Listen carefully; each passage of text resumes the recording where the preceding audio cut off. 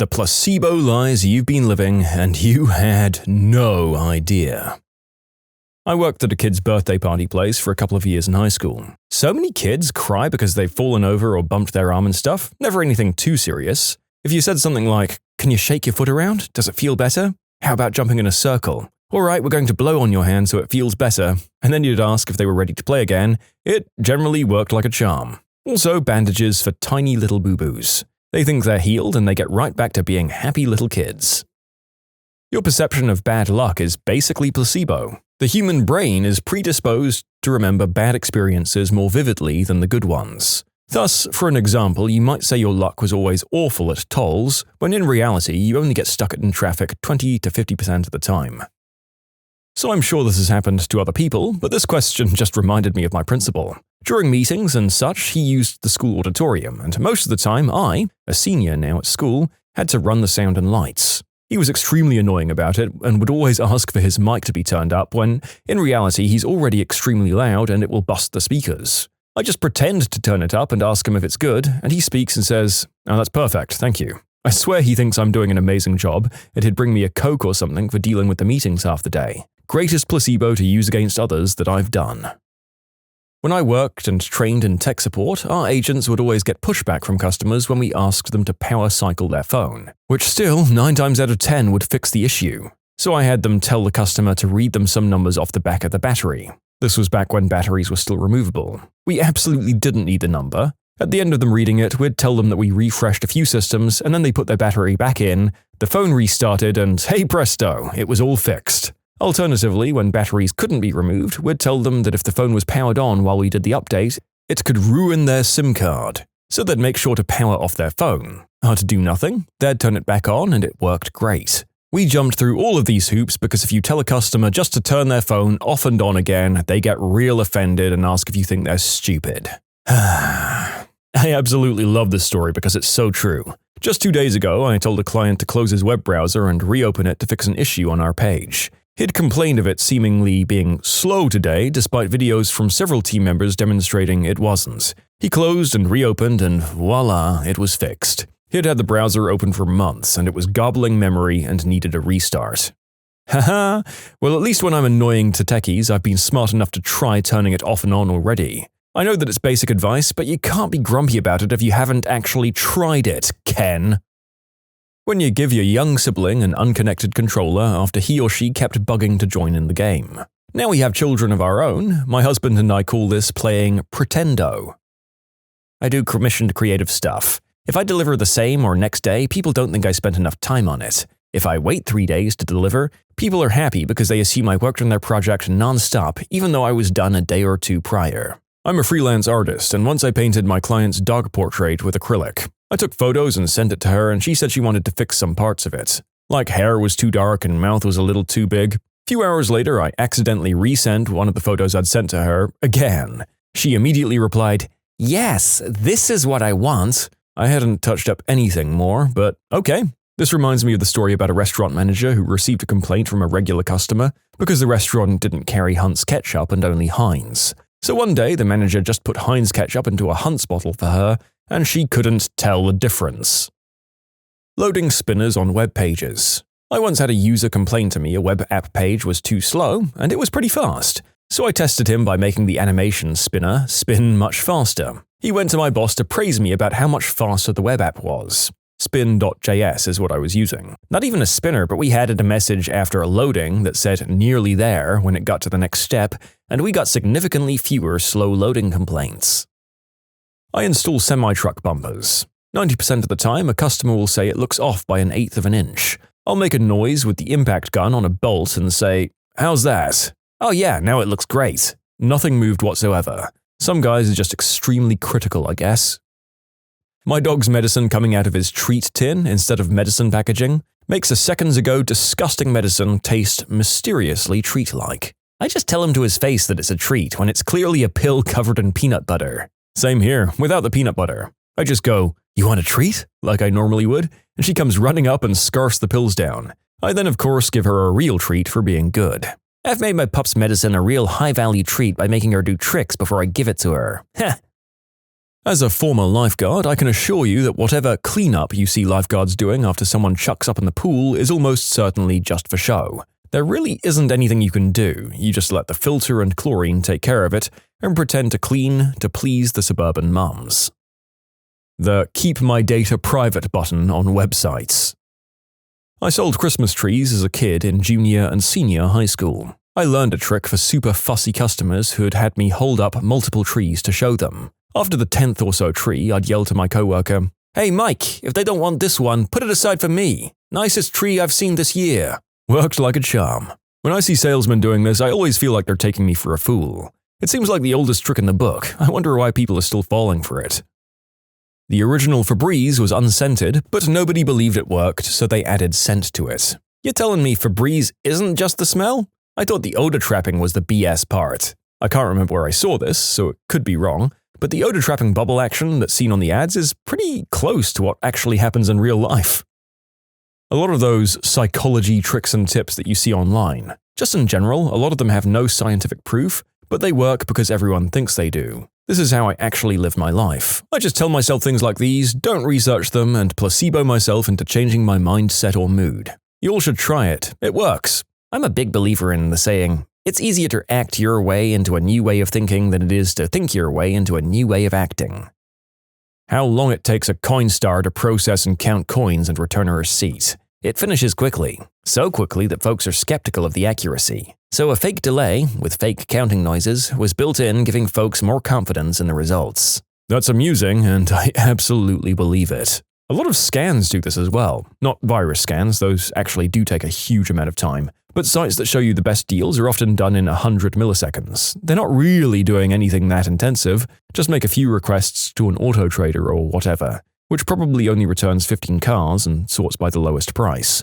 But people wouldn't believe it was the best price if it came back instantly. They wouldn't think it looked hard enough, so they make them wait a little while. Not sure if it's really placebo, but there's research done on how a car door should sound when you close it. A flat and boring pank sound would do just fine, but a lot of people find that soft, plush, and yet firm sound reassures them that the door is actually closed. My friend's husband is a sound engineer. I don't know if that's the right term for this exact thing. His entire job is making sure the car stuff sounds right. I swear my car performs better immediately after it's cleaned. If Gran Turismo has taught me anything, it's that washing your car adds 5 to 10 horsepower. Beats headphones have weights inside them to make them heavier and give the illusion of quality and sturdiness. You should head over to the headphones Reddit. We can hook you up with a much lighter headphone with higher quality sound for much cheaper than Beats. That free shipping is a better deal. It generally means they've added the cost into the product instead, but you feel like you've gotten a better deal. This is 100% true. I used to sell furniture at a no-gimmicks kind of place where they were open about all the cost, including delivery. I'd do the math for people, show them how we were still saving them tons of money, even with delivery, but some people would still walk out and go pay literally hundreds of dollars more for free delivery from Ashley's.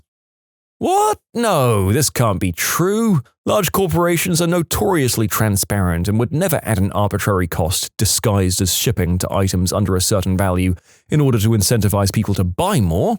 Next thing you'll be saying is that if these companies could employ literal indentured workers and outright lie about their components and ingredients, they'd be doing that too. When cake mixes first came out, you only had to add water to them, but too many housewives felt like it was cheating and wouldn't buy them. So the cake mix companies added another step, the eggs. It worked. Apparently, the cracking and adding of the eggs to the batter was enough to make it more homemade, and cake mixes became extremely popular. Well, now I'm mad. I've got probably 3 cake mixes in my pantry right now that I keep using all of my eggs before getting to make. If it weren't for those housewives, I'd have cake by now. Unbelievable. It doesn't do it anymore, but at one time Google Docs intercepted the Control-S shortcut and briefly changed the cursor to the thinking cursor, the hourglass or beach ball, whatever your computer needed, because you don't need to save your Google Docs. They save every tiny change on the server. But people are used to doing it, so they added that happy little illusion. I saw an article about how Apple Music made random selection less random, because people would often complain if the same artist would follow after a song, so they made an algorithm to not select a song made by the same artist until after some other songs. Controlled randomness, if you will. The exaggerated sounds of some vacuum cleaners, microwaves, and cars to make them sound powerful. The loading screens on some apps that make it seem like they're doing something complex. I once spoke to a guy involved in developing the first ATM cash machines. Early trials showed that users thought that the dispensing of cash happened too fast, and they didn't trust that it had correctly debited their account for the right amount. So they inserted a wait cycle to make it appear that the machine was counting the cash. That wait cycle is still there today in most machines. You can submit your own stories to be featured here on the channel. The story submission link is in the description below. Don't forget to subscribe to Am I the Genius? Your permanent record. Colleges care more about what you say on Twitter and Facebook than what you said to Dakota in 3rd grade. The only time your permanent record means something is if you transfer within the state. Bubbles in cleaning products. Early formulation of soap way back when used to naturally form suds. Newer formulations can clean better but don't naturally produce suds, as the bubbling was an incidental side effect that doesn't actually have any bearing on cleaning. When these newer soaps were first introduced, people complained that they didn't work because they didn't make loads of bubbles. So the manufacturers started adding a chemical solely to generate bubbles that didn't actually help with the cleaning at all, and all of the complaints stopped. To this day, the association of bubbles meaning clean is strong enough that they still do it. Basically, all cleaning products, including toothpaste, foam up when used, and almost without exception, the phone is just 100% marketing. Car doors should close really quietly, but they're designed to close loudly so you feel safe. It's not uncommon to have a loading screen or icon placed in queries, sometimes just because the average user doesn't expect it to be this quick. Intentional lag on websites when signing up or payment processing. How do I know this? I write code sometimes that does this. Airport security. Homeland Security's own inspectors were able to get illegal items through TSA checkpoints 70% of the time. But they'll be damned if you think you're going to get away with taking that water bottle or travel-sized bottle of lubricant on the plane, sir. That minty fresh, zesty, clean feeling you get from toothpaste. It started off as a marketing strategy and caught on, and now almost all toothpaste is mint because we associate the minty freshness with cleanliness. Milky or opaque white moisturizing body wash. It's the same as the clear ones. It's not more moisturizing, it just has white pigments in it. But because it's not clear, people associate it with lotion and think it's better for the skin. I'm not saying moisturizing body wash doesn't work, but you shouldn't assume it's more moisturizing just because it's white. A friend of mine who works at a big cosmetics company said the only difference in the formula of their normal and cream cleansers is white pigment. Instead of the color, check for gentle cleansing agents and ingredients like panthenol or oils. Wine prices. They've done studies that show people think wine tastes better if it costs more. But when they do a blind test, very few people, even people who are wine testers, can't distinguish between pretty cheap, like $15 to $20 a bottle, and expensive wines. Not all of them. There are some people who can tell, but it's a pretty small percentage. Turkey doesn't have enough tryptophan to make you sleepy. You're most likely sleepy because you ate too much and your body's in rest and digest mode. It's a placebo when you eat a meal that includes turkey and you say you're tired, but you eat a meal of the same calories and conditions with chicken instead and you don't feel tired. It's conditioned into American culture because of overeating at American Thanksgiving. For some reason I thought this was about the country at first and I was very confused. Drinking Canada Dry Ginger Ale helps with an upset tummy. They were sued because their ginger ale has no ginger in it. And that was the only stuff that helped when I had a stomach flu as a kid. I got the stomach flu a lot too. Werner's, on the other hand, is basically a cure-all and you can't convince me otherwise.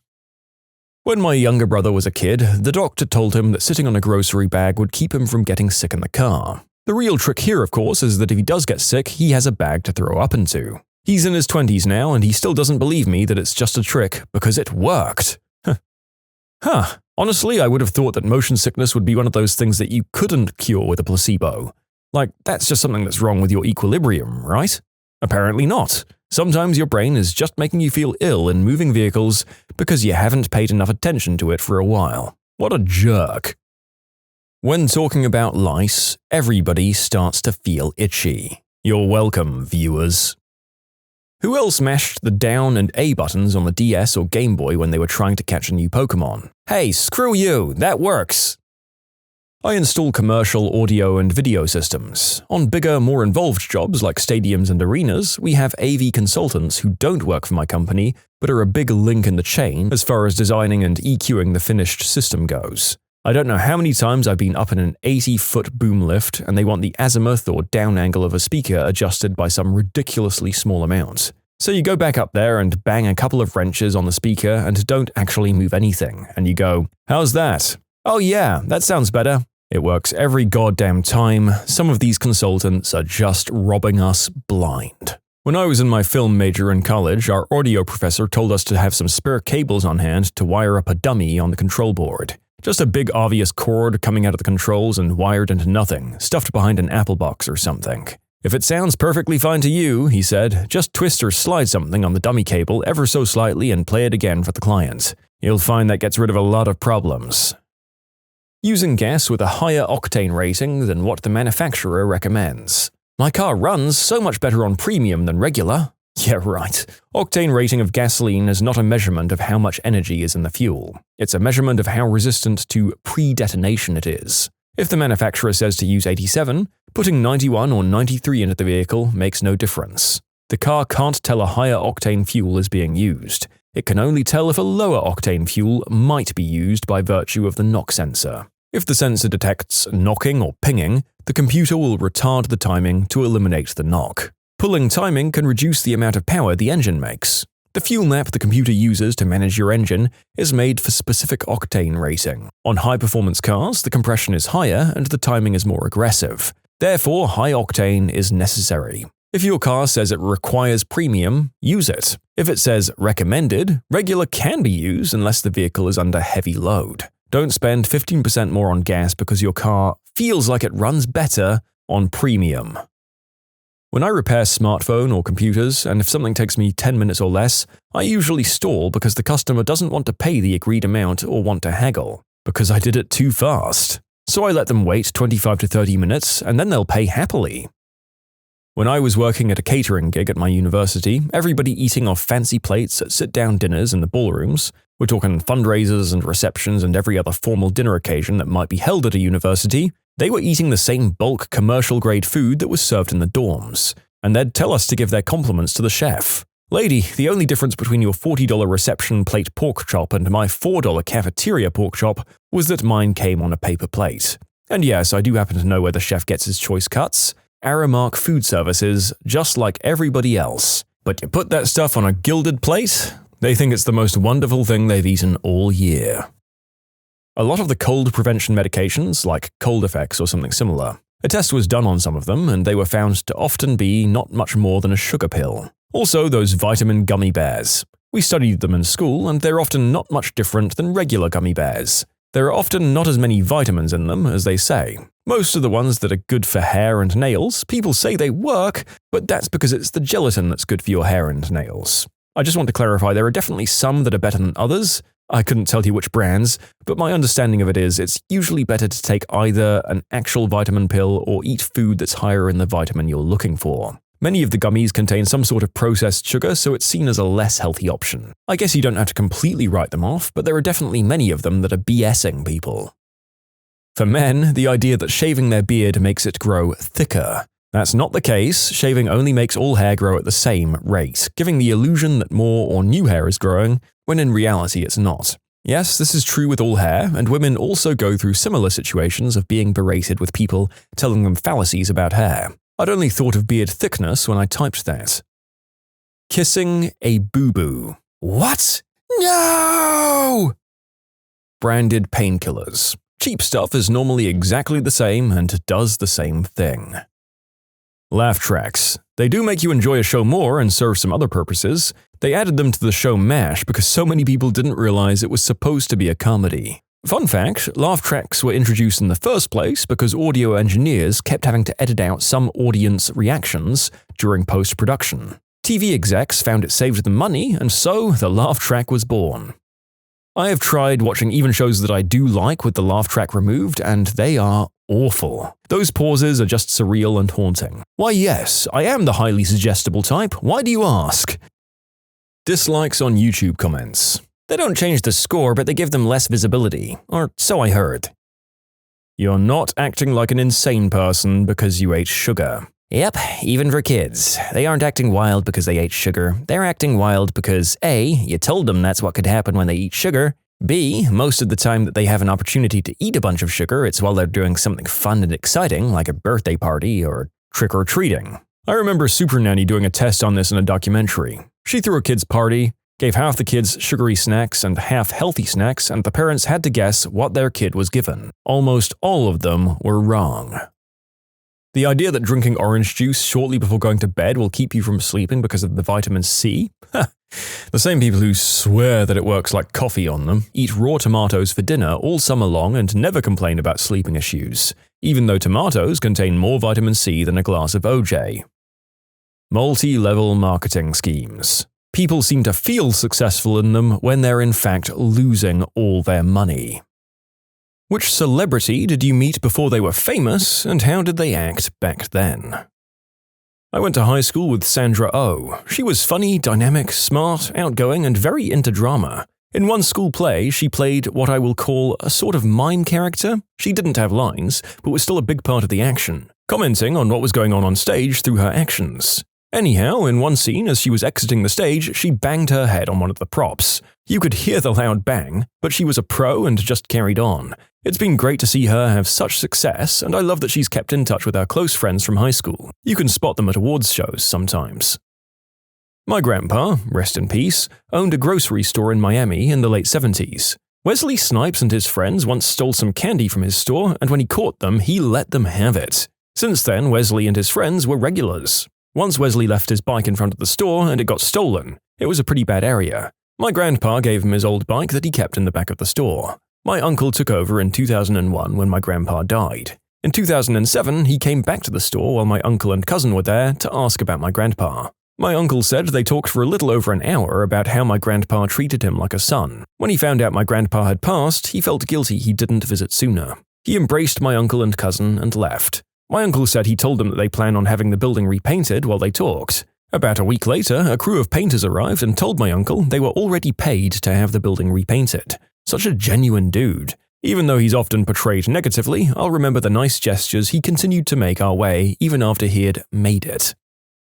Worked in a restaurant about 15 years ago as a manager. Rachel McAdams walked in for an interview. She was still in acting school and serving tables to pay for it. She worked at my restaurant over the course of the next 2 summers, serving on our patio. We're still friends to this day. She hasn't changed one bit. Still bikes to get groceries.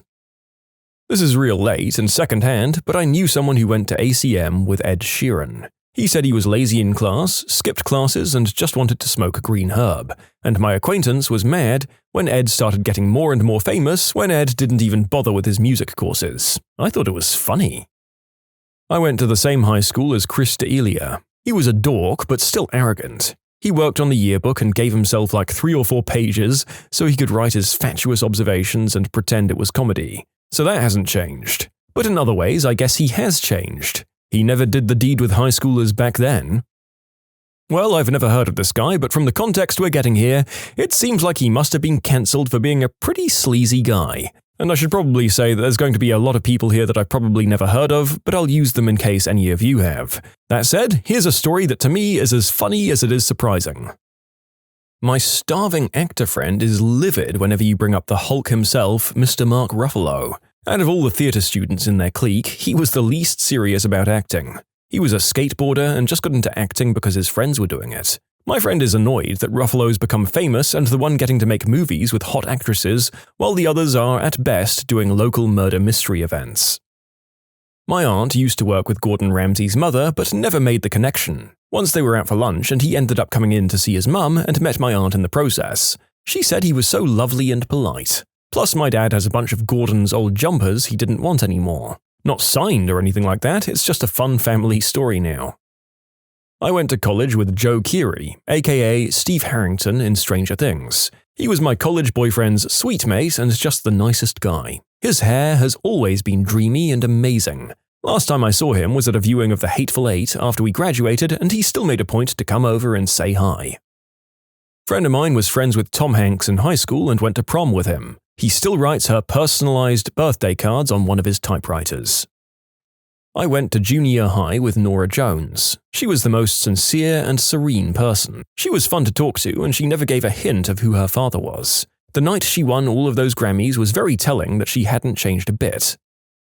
I went to high school with Mark Ruffalo. He was nice. He was one of those thespians. Our high school had an acting group that challenged the students to get out of their shell and do things in front of strangers, like introducing yourself as the wild fairy of the woods and presenting them with a flower. We didn't talk much, but like I said, he seemed like a good guy. Went to middle school with Megan Fox for a bit. She rode my bus and mostly kept to herself. Most of the guys would fight over who was going to sit next to her, but she was very shy and didn't have much to say. I went to school with Rupert Grint, Ron Weasley from Harry Potter. I was into acting as well, so we'd done a few school plays together. He was really nice, very chill, and a good laugh. I haven't seen him since the school days, but he kept coming to classes whenever he wasn't filming and was always happy to chat about the movies. Sometimes he'd need a little break from so many people wanting to talk, and he'd come and hang out in the library. And honestly, you'd never know he was in the biggest film series of all time. Honestly, I think a lot of these answers boil down to if they wanted fame or not. Rupert just loved what he was doing and didn't care about being famous and having people kiss his butt. Just a nice, normal kid. He used to live in a town not too far from me. Everyone seemed to think he was a recluse and a bit of a moody prick. But I think, like you said, it can be tiring having people come up to you all the time, and he probably reasonably wanted some quiet for himself. A co-worker of mine met Daisy Ridley while on a backpacking trip. They got to know each other pretty well while traveling together. She told my co-worker that she wanted to become an actress. Looks like that panned out pretty well. They said Daisy was an absolutely lovely individual. I live in the town where Dolly Parton grew up, and practically everyone above the age of 50 who grew up here claims to either be some distant relative of Dolly's or they claim to know her in some way. Everyone has their story of the time they met her. It's pretty obvious, but regardless of who you talk to, Dolly has always been sweet and generous. But everything has simply grown exponentially due to her fame. Examples are the millions of books she gives out for free to children around the globe each month, or how she gave out 10 grand cash to many of my close friends after their houses burned in a fire a couple of years back. Thousands of people are employed here and work for the businesses she owns. It's a tad strange to see when you walk in, but the birthing center at the local hospital is funded by and named after her. I honestly can't think of one person I know who doesn't like her. Dolly's heart has only gotten bigger because of the fame. My father-in-law worked in a high-end business in Southern California in the 80s, and he ended up running straight into Dolly as he was rushing out of a swinging door at the same time she was walking in. As he says, she chest bumped me from 5 feet out. But as he was apologizing profusely, she cut him off and said, "It's okay, darling, but the next time you want to get physical, try buying me a drink first." Then she winked and started giggling as she went on her business. And him and his 2 co-workers who saw it happen have been smitten with her ever since. He met some other celebrities working there, but gosh darn, that's the one I'll always be jealous of. If anybody deserves to be America's sweetheart, it's Dolly. My dad went to school with Steve Irwin. Reckons he was exactly the same as a young fella. He'd be away from school all the time on trips with Bob to rescue and rehome crocs all over Australia. No good at footy, but you know. My mum dated Will Ferrell for a little while. He came round quite a lot, and she said he was really down to earth and incredibly funny. However, afterwards they just really lost touch. So we never got to know how he personally changed. My mum says he's still like he used to be. My mum and dad still laugh about her dating him. I went to high school with Dacre Montgomery. He was a jerk with a huge ego in high school, and I saw him recently when he came back to his hometown, and it seems like he's still a jerk with an even bigger ego now. I can't watch Stranger Things without rolling my eyes every time he comes on screen. Jack Black is the same person he was as a teenager. Funny, kind, caring, and spreading that joy of music. My grandfather taught Jack Nicholson in high school math class. He said he was rebellious, but wasn't too bad at math. My mum used to ride the bus to work in downtown Cleveland with Steve Harvey's first wife. Apparently she supported him while he was trying to get his career started. Then, basically as soon as he got successful, he divorced her for a younger woman. My mum always hated him because she felt that he treated his first wife like crap, and has a repertoire of choice words she'll scream at the TV whenever he pops up. You know, I've never heard a story about Steve Harvey that makes him seem like even a slightly good person. I knew Brett and Jermaine from Flight of the Conchords back in the late 90s and early 2000s, and I met Taika Waititi a few times too. I was a big fan of his art at the time, and there was one painting of someone in a bathtub that stuck in my head. I knew Brett better than the others because he was in a reggae band with my good friend Barnaby. As far as I can tell, they're all exactly the same. Ha! The narrator used to work in cafes in Wellington, New Zealand, and I swear the size of that place meant that you'd met fewer people who hadn't seen Brett and Jermaine on the street than who had. It always gave me a bit of a rush when it happened there, though. A friend of mine is buddies with Paul Rudd. Says he's exactly the same and a great human. Exactly the same because he hasn't aged at all in like 20 years? I knew Robert Pattinson about 15 years ago. Nice guy, friendly, a lot of fun to be with. He lived by himself in the centre of Soho, London, in a tiny one-bed flat that I think he felt like the romantic vision of a starving artist, or at least he wanted to. He had a weird side. He'd say random, violent, depraved things, and he was obsessed with Jack Nicholson. He never really gave an F. He had confidence, and he was always himself, and he knew he could be deliberately contradictory, and he used that as a personality trope. But he was a good enough guy, and I get the impression that he's very comfortable with himself now that he's developed his career, that he acts very well, and that he can pick and choose his roles based upon what he wants to do and who he wants to work with. Twilight for him was always a means to an end, and I think he worked it very much to his benefit, and he didn't compromise himself. You can submit your own stories to be featured here on the channel. The story submission link is in the description below. And if you want to listen to some vibey music in the background, check out easymode, also linked below, and subscribe. Bruno Mars's mum was a bartender at a local karaoke dive bar that I was a regular at. At the time, his biggest hit was the hook for Billionaire by Travie McCoy. Anyway, she was selling tickets for an upcoming concert he was having, and she asked our table if we wanted to buy some. My friend declined, and she exclaimed, "Why not? He's my son." I ended up getting a couple of tickets despite not knowing any of Bruno Mars's songs, and it turned out to be one of the best concerts I've ever been to. The guy knows how to put on a good live show. The tickets were only $40 each, I think. His opening act was a local group of large Polynesian men singing Motown, who went by the name Nesian 9, and they were pretty good too. The next time he was in town for a concert, he had blown up and the tickets were going for $400. I would have loved to see him again, but not at that price. His mum was really nice, down to earth, and a pretty good singer herself. Rest in peace, Bernie. At least she lived long enough to see her son's success. My coworker's dad grew up with Queen Latifah in North Jersey. His whole family loves her because they were about to lose their house, so she paid that off for them. They've never said a bad thing about her. Queen Latifah, if this gets back to you, thanks for what you did for your friends in New Jersey. Phil's a really cool guy. My grandmother and mum were really good friends with George Michael and Andrew Ridgeley from Wham. They got invited to concerts and got to sit in special seats, stuff like that. And a few years ago, me and my family stayed with Andrew Ridgeley in his guest house in Cornwall for a weekend. But they seemed to me like they stayed really nice to my grandparents and mum, and Andrew Ridgeley was very kind to my family when we met him.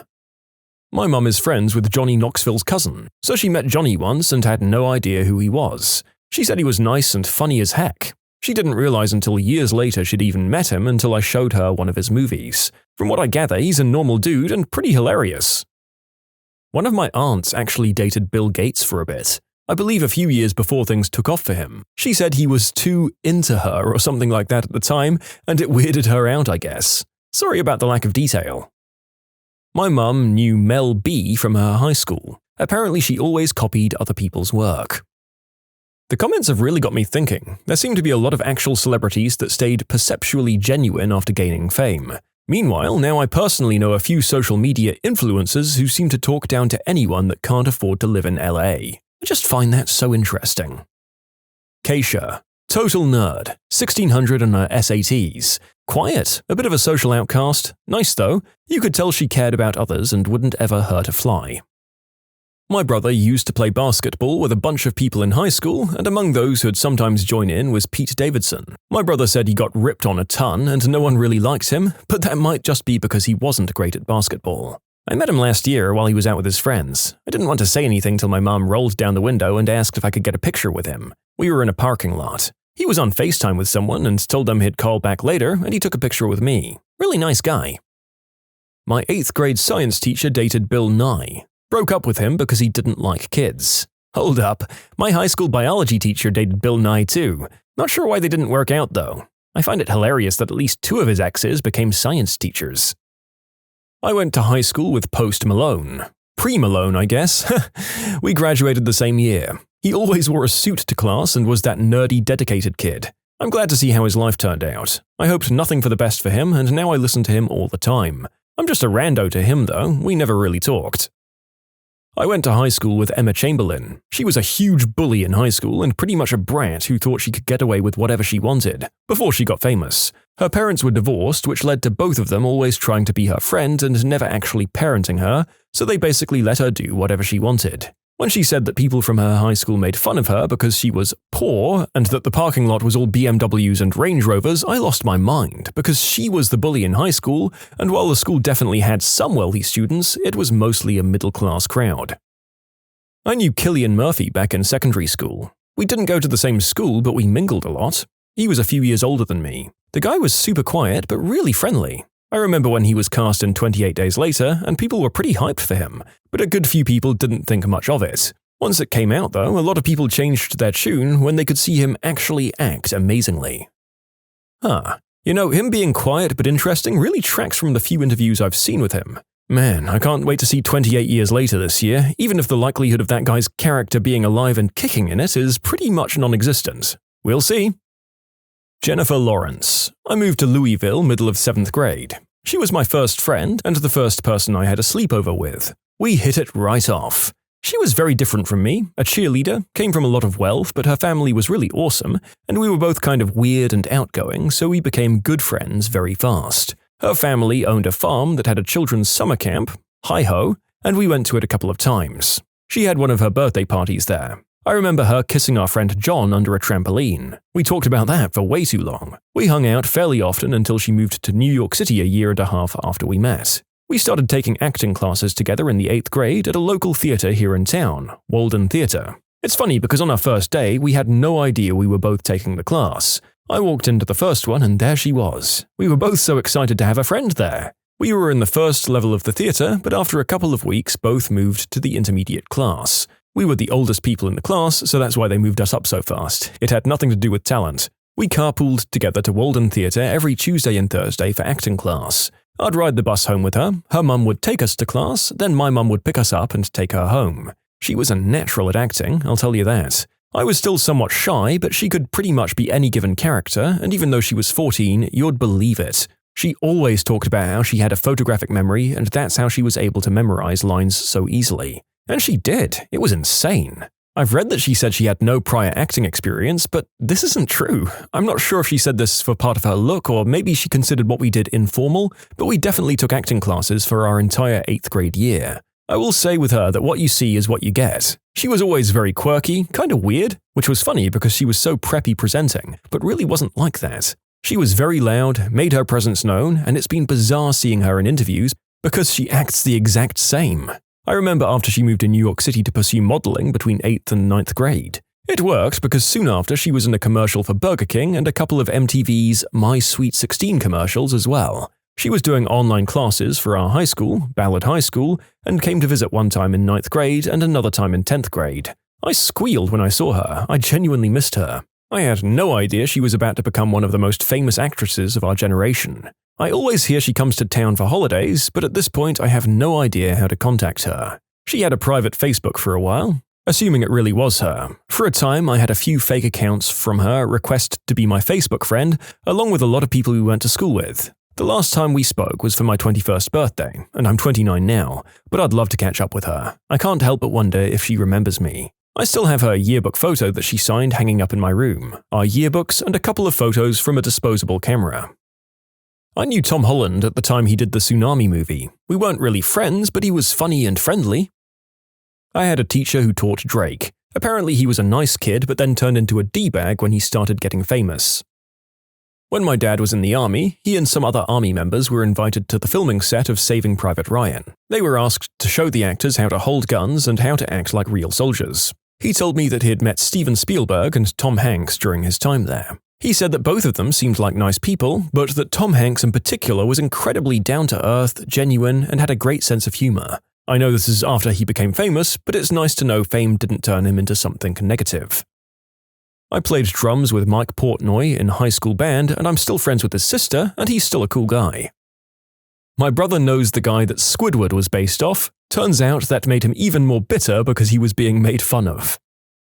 My mum knew Seal as far back as when he was still trying to be an architect, and she says he was always really nice. They didn't stay in touch, she moved away and they were never close. But she said he went out of his way to foster genuine connections to people before and after his music started to gain traction. He always had star quality. Everyone from the most important person in the room to the janitor walking through would be drawn to him, and he'd engage with everyone in a way that would really stick. She always mentions he was just a really sincere, deeply felt person. My biology teacher was friends with Rainn Wilson, or Dwight from The Office. They used to grab coffee often around the time The Office started. From how she described him, Rainn seems like a pretty down-to-earth guy. You know, this will probably get lost in the sea of comments, but my ex-boyfriend's mum ran a pizza shop that Pink worked at as a 16-year-old. I guess she would always be singing randomly at work. She'd use spoons, utensils, and anything she could find to use as a fake microphone. But she was a crappy worker and would straight up walk out of her shifts whenever she wanted without telling anyone and somehow not get fired for it. She didn't give an F even back then. Who was the most out-of-touch nutcase you've ever had to deal with? So I was at a bar, and some guy was giving an impromptu lecture on why millennials are so broke, and he blamed it on all of us being lazy students who don't want to work or go to school. When asked what he did, he said he was a property owner and owned a few apartment buildings. Then one of his friends chimes in with the fact he doesn't own any properties, he manages them for his uncle who pays him to do nothing all day. My friend stole my credit card information and bought loads of expensive stuff. I asked her if it was her before reporting it, knowing that A, she was going through a tough time and I wanted to give her a chance to make it right, and B, that I could be in trouble for conspiracy to fraud if I reported it, and they believed I'd got stuff delivered to my friend to claim fraud for the money back. She said, no, it wasn't her. I thought someone else had done it, so I reported it. When she got arrested, she said she didn't think that they'd take the fraud thing so far. She thought you could just call up banks to get the money back, and they wouldn't even investigate. Wow, they really take this identity theft thing really seriously. Who knew? I'm fairly convinced that my current shift supervisor thinks anyone who works an overtime shift is doing it out of loyalty to the company and not because of the overtime pay rate. I have an aunt who's never really worked a day in her life because her husband created his own business early on in life. They live in a McMansion, and I was over once and we got to talking about fitness, and she told me, "Oh yeah, we send Pamela to this special training gym. It's only $200 a week. You should try it." The fact that to her it was only $200 really kills me. I made $9.95 an hour at the time. She's nice enough, but not in touch with reality at all. "It's a banana, Michael. What could it possibly cost? $12? I knew a girl who cheated on her boyfriend, and when he found out, he broke up with her. She said, "You can't break up with me. It has to be mutual." Had a friend who insisted she was in a relationship with a C-list celebrity who she met once during a comic convention. All of the celebrity's Instagram and Twitter posts were apparently for her, and everything had a meaning behind it. When the celebrity got married, she said that it was just for the media so she and the celebrity could live a quiet life. And then, when he didn't do anything for her birthday, she had a breakdown. She went to therapy not long after. Oh boy, I was 100% certain they were just a very dedicated liar until that last bit. It's good that she realized she needed help. Alright, it's my time to shine. So, I grew up with a lot of restrictions, had no idea that options existed. For example, I was only allowed 2 options of shoes, but the catch was that I needed to make the right choice. I didn't know that I could choose to make friends of my own. I'd just be told that this is your new friend, so go play with them. Sadly, my dad kept me in a small box, and he was the only one allowed to control what would go into that box or come out. So when I was 10, CPS was involved and I was taken into foster care. And that is when my world exploded. I didn't know how truly bad it was until they took me to a shoe store and told me to pick out ones I liked. I swear for the life of me I had no clue what to do. I stood there for what felt like hours until they noticed and asked what my favorite color was. I said green because that's what my father told me I liked. But I guess I was too overwhelmed and I just remember saying yes to everything, and I ended up with ugly brown and pink sneakers. What children learn to do at their normal age is what I'm figuring out in my 20s. So reality was a hard thing to live because the whole time I was in my restricted world.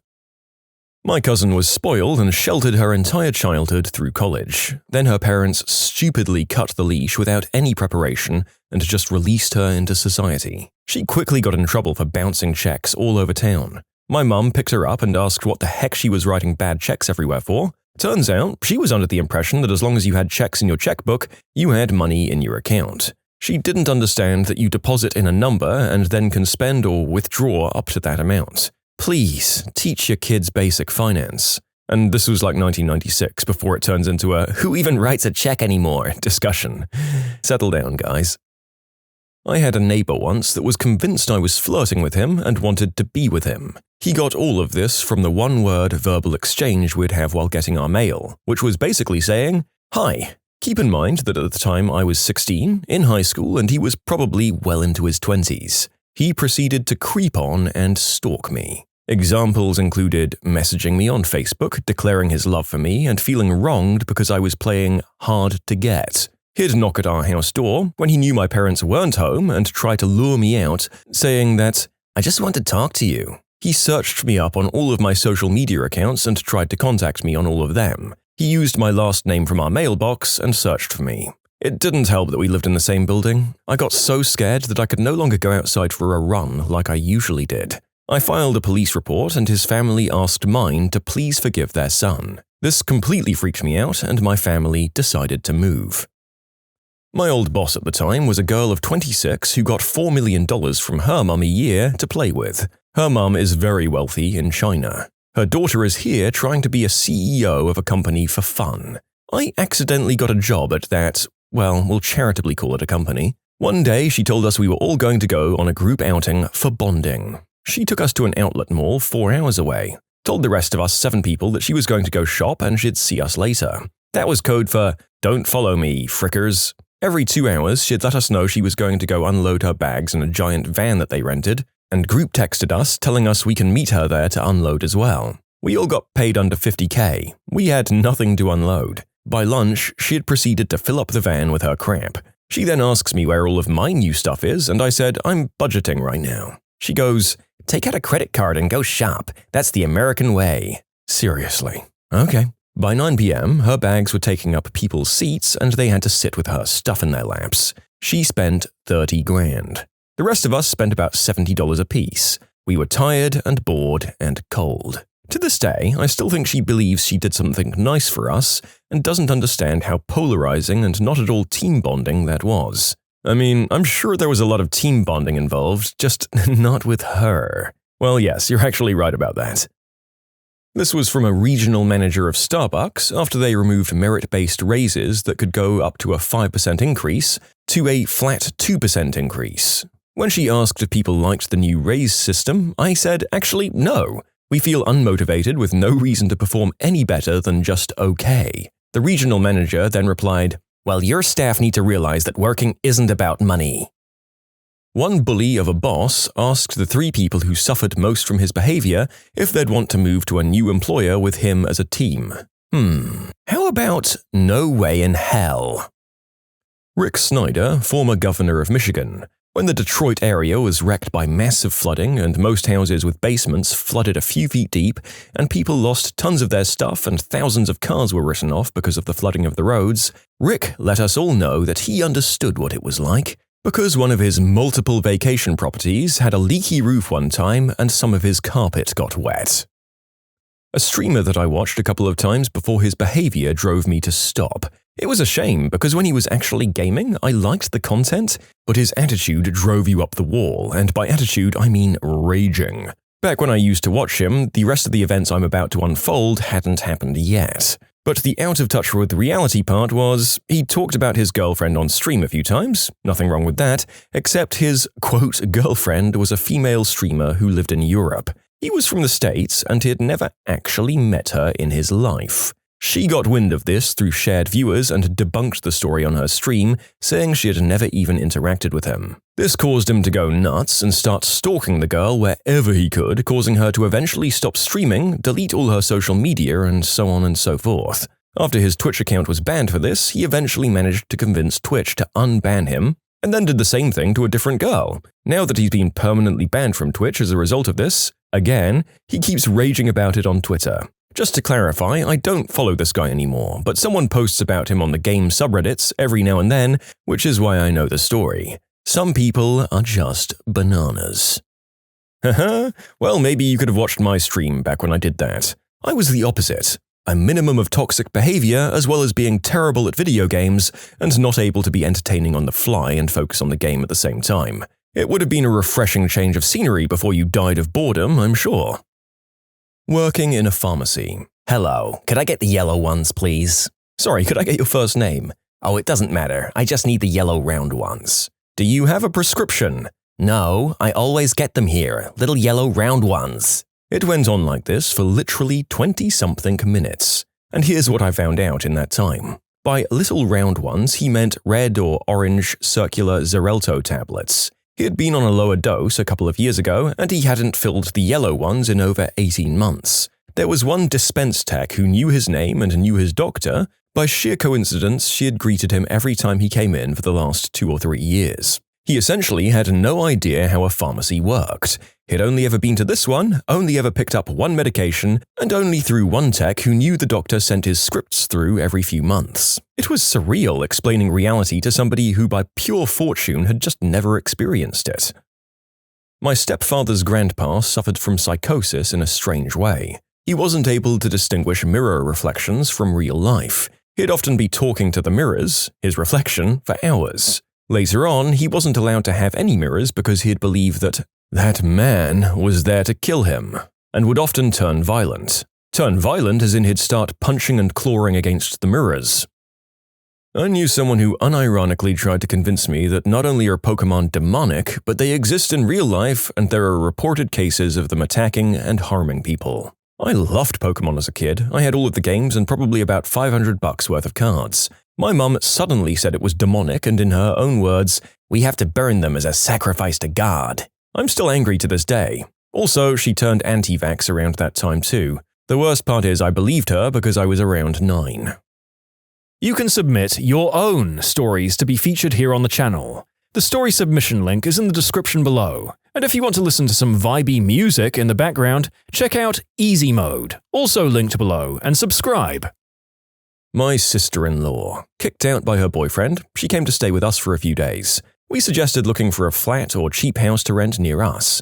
She won't live in the scummy part of town near us. She'd like a 3-bed house with a garden in the best part of town. She has no savings and isn't sure if she has a job. She was a part-time cashier in a supermarket and stopped going to work when COVID came. You should note that she wasn't furloughed, the supermarket was still open, she just wasn't going in. When I suggested maybe she couldn't afford $500K on a family home on her salary, she suggested she'd just get a council house, disregarding the huge waiting list and the fact that most council properties are in the ghetto parts of town. This is just the crust of a deep layer of unhinged fantasy world that she lives in. My sister grew up with everything handed to her and literally cried when her first car wasn't the color she wanted. Married rich, can't fathom why I can't just take off from work whenever it suits me, and says stuff like, "I wouldn't ask my boss for a week off, I'd tell him I'm taking the week off." A woman who I knew a few years ago. She had a job. She was convinced she was supposed to be a movie star. She never did any acting though. She told me about the married man that she'd slept with, saying, "He loves me, but he can't leave his wife." She actually did stop doing the deed with him, but they still hung out. Oof. I had a friend who started having an affair with a married man several years ago. It's a special kind of delusional. You have to convince them that, 1, their dream man is actually a butthole, he's breaking his wedding vows and tearing apart his family for riding you. 2, he's not going to leave his family for you. If he wanted to leave his wife, he would have done it already. And if he does, he'll also leave you for someone younger, hotter, and more fun in a few years. And 3, you're not in a relationship. Sneaking off to hotels, giving him down-under kisses in his car, and having you text his burner phone that he keeps in the trunk of his car is just not a relationship. My boss's wife, 28. She grew up in a wealthy family and married to a man who was 3rd generation owning the company he was in, and they were like a regional power where they were. She was talking to a staff that in general made like $36K a year, making fun of a staffer who was on his honeymoon. Tennessee? Ha! Tennessee? She looked around the room for everyone to join in. My God, how did she agree to that? We did Hawaii and that was the least I told mine was acceptable. I went to a private international school in London as a teenager. Most kids there had parents working good jobs, but in between them were some filthy rich kids. with parents in the oil industry or something similar. In 8th grade, we were talking about our Easter break, and my friend from Belgium was talking about how his family had decided last minute to go over there for the break, but had then decided to drive there because there were no flights available. Then this Russian billionaire classmate of mine asked him, "Why don't you take private jets?" She was so clueless when we started laughing.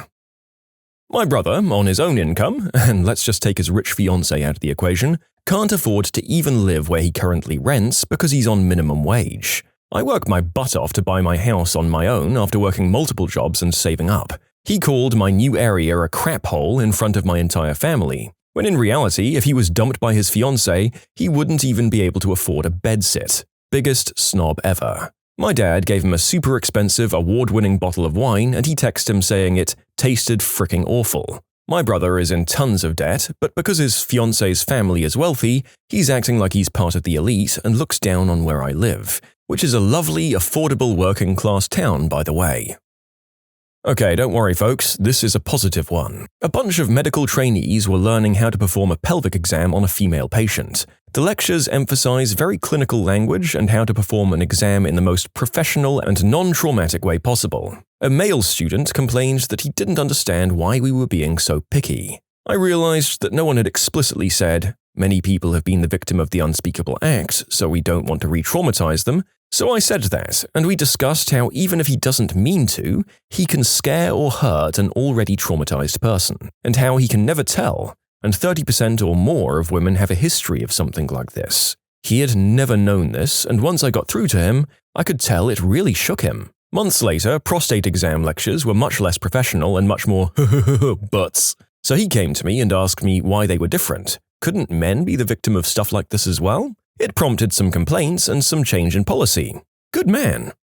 Honestly, we love a story of growth here on the channel. Look at this guy, going from being completely out of touch with the trials some of his fellow humans go through in their lives, to actively advocating for others of a similar nature once he's had the truth shown to him. It gives you hope. Next up, a story about someone who I'm absolutely sure was Lucille Bluth from Arrested Development. My cousin's wife got very sick while we were at a wedding in Mexico because she drank no water, only alcohol. She said, "There were ice chips in my drink, so I thought that was enough." Anyway, she complained because at the hospital, some of the staff didn't speak English. "You're in a Spanish-speaking country, woman." I worked on shifts with a guy for years who thought every single person was just out to get him. I've never met anyone who had such a warped sense of reality. He would joke on with someone, then go away for the weekend and stew on one particular thing that someone had said, and then come in on Monday absolutely raging over taking something the completely wrong way. I've seen him attack 2 people and heard about a third. The thing is, he's so dopey that everyone thinks he's harmless, and that's just the way he is. A guy I trained as an apprentice has just started on shifts with him and doesn't take anyone being a jerk well at all. I think they'll do well together. My father. He is a habitual liar. I somehow think he believes his own lies. Over the past couple of years, I've noticed he doesn't actually have anything new to say. He sort of just regurgitates sentences in slightly different ways. It's caused his business to fail. He lied to everyone that was employed there, saying he had to liquidate the company, going so far as to tell people he met with lawyers and the process has been started. I did some digging and found out there were no lawyers or liquidation. He just tried to duck the system. I have no contact with him anymore, but my brother says he's still trying to use the same tactics. I just feel he believes everything he says, sort of like living in his own head. Very sad that he damaged lives in the process. My girlfriend was traveling in China when she was 18 years old and was once randomly approached by a man claiming to be a scientist performing a medical study on feet. He'd need to measure the exact dimensions of her feet. For this, she obviously had to take off her shoes and socks, and he would need to take some pictures of her feet as well. Years later, when she tells the story to me and some friends in a bar, at first we start laughing but then realize she isn't joking, and still doesn't realize what had happened there. We actually had to spell it out for her. I'm sure she made that guy very happy for quite a while. I'm a mental health therapist who works with severe mental health diagnoses such as schizophrenia and stuff like that. So I've met a lot of people who aren't in touch with reality, but I'm assuming the question is more about people who appear to have their wits about them and just are very unaware about the realities of life. So, I have a sad one. My female cousin who was getting married was very shy, very nice, but not a popular kid. She also didn't attend family events or really build relationships with anyone. She was marrying a gentleman very similar to her, but with a wiener. However, her family were pretty well off, and their oldest son just had a huge expensive wedding with about 200 guests. Even though she asked for a small wedding, her family invited all of these family members and friends, and even though they didn't get any RSVPs back, they still went all out on venue and food and entertainment. Apparently, it was the same with the groom's family. He wanted a small wedding and didn't have much of a social group or family. So when the big day came, there were only about 10 to 15 guests in a venue set up to entertain and feed over 150 people with an open bar. The bride and groom didn't drink. Bride and groom were both extremely embarrassed, and it ruined the whole day for them given how awkward and quiet it was. My immediate family wasn't invited to the event. My family sucks, but that's a different story. But I always just felt really bad for her. Neither the bride nor the groom were bad people, but they were just reserved and private, and they had their very special day ruined by oblivious parents. Side note, a few years later, after building successful careers and coming out of their social shells, they had a pretty wonderful small renewal of vows in a gorgeous location with select friends and family. Parents of a 35-year-old woman who was hospitalized after suffering severe anoxic brain damage 20 years ago. She had been in the same ward since, barely conscious. They refused to get her transferred to a more suitable facility for 20 years, saying there's no reason to do so. Those facilities are for lost causes, and their daughter is going to make a full recovery, finish school, get married, and be totally fine. Working in hospitals got me quite a collection of these stories, but this one I thought was one of the saddest ones. My sister-in-law believes she's a strong, independent businesswoman who owns 3 major businesses. She does 3 multi-level marketing gigs. The irritating thing is that I actually do have a brick-and-mortar business that I've been running for 5 years now, and she's always giving me, quote, business advice and pushing me to join her for these amazing opportunities. It's so stereotypically obnoxious. Oh my god, hun, I totally understand the grind. Yeah, I bet you do. All said while wearing brightly horrendous outfits, caked on makeup, and smelling like decaying frankincense. I had a dorm mate who was kicked out of the dorm. He would leave number 2 all over the common bathroom and then just leave it. He didn't understand why everyone else was so upset. This happened several times until he was removed. Unbelievable. I had this friend who insisted that she wasn't rich and that it's normal to go get a boat worth like $10,000, among other presents, for your 17th birthday. What brand are you never giving your money to again, and why?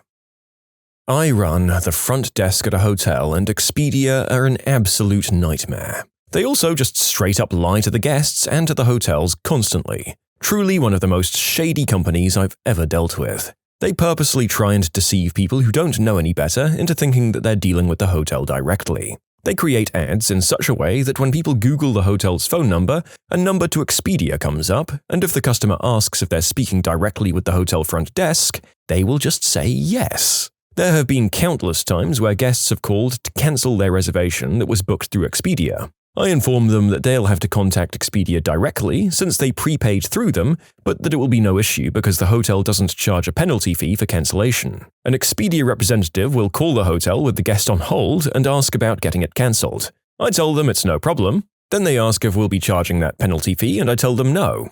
So all is right and good, right? Nope.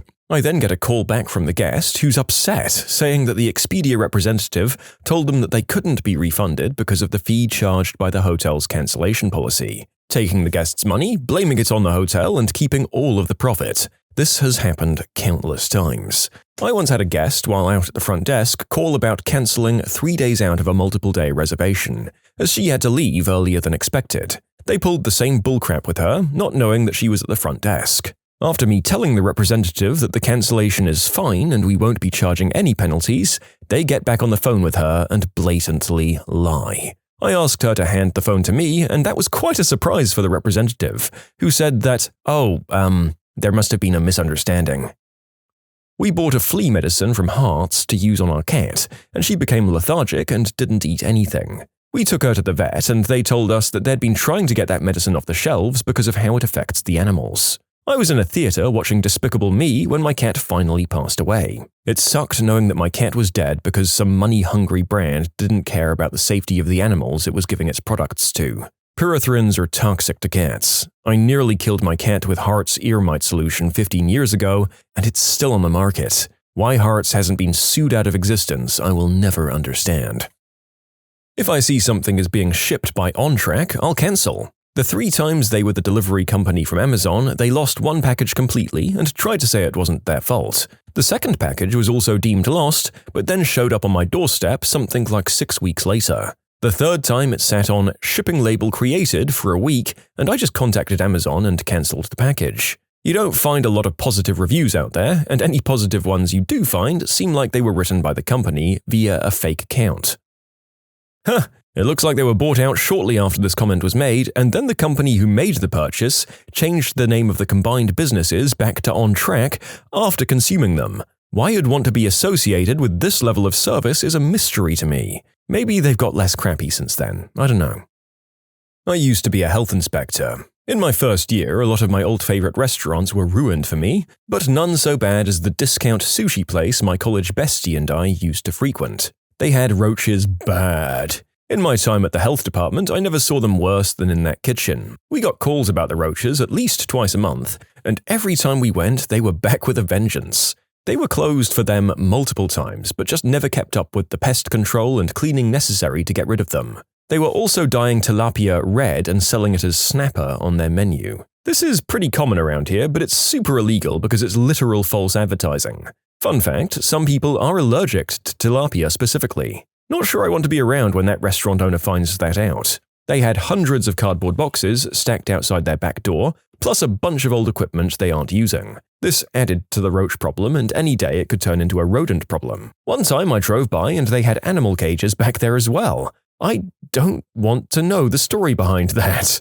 Add to that, I'm pretty sure the employees were all indentured servants or victims of human trafficking. They all show up in the same beat-up white van every day and work a 12-plus hour shift. The owner is very unkind to them and they don't respect him. He says he can trust them to do their jobs, but was sketchy when we said to fire them and hire employees who'll do their jobs properly. We never had proof, but it was always upsetting and struck me as off. He tried to bribe me and my coworkers multiple times too. I'm not a health inspector anymore, but he still tries to give me free food or money when he sees me. He opened a new restaurant and I didn't know it was his. So my friend and I went to go check it out. I was told that the appetizers were free for me only. Then I saw him in the back. We had to leave. Never again. It's too sketchy and too likely to get me sick.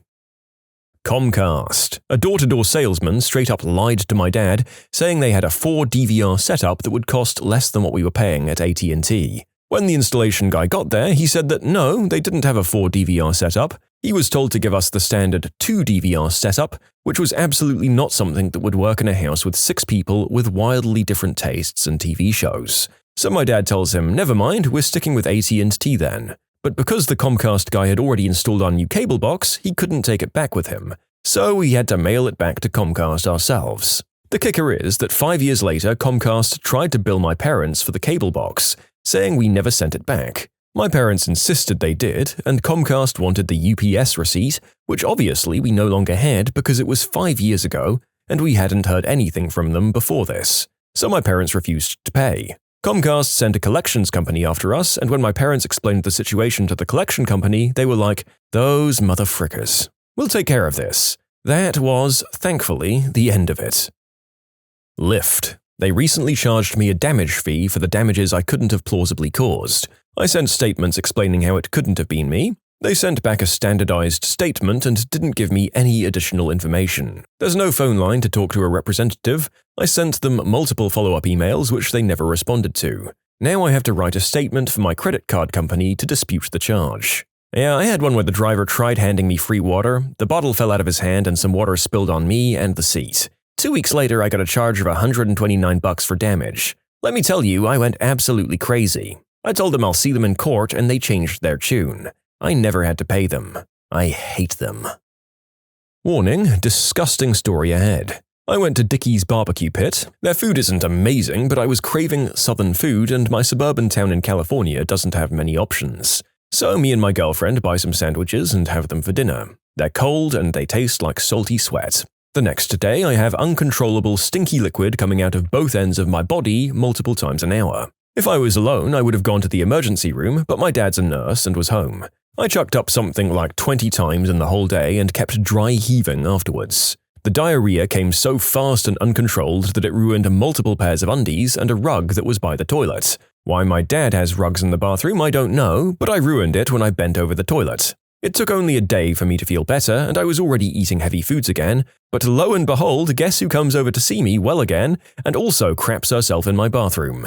My girlfriend, the only other person who ate at Dickie's. So I spent the rest of the day, after having just pooped and spewed myself to death, helping my girlfriend while she was experiencing the same. I think we're closer to each other after that experience. In short, ate at Dickie's barbecue pit, pooped and blew chunks, ruining clothes and a rug.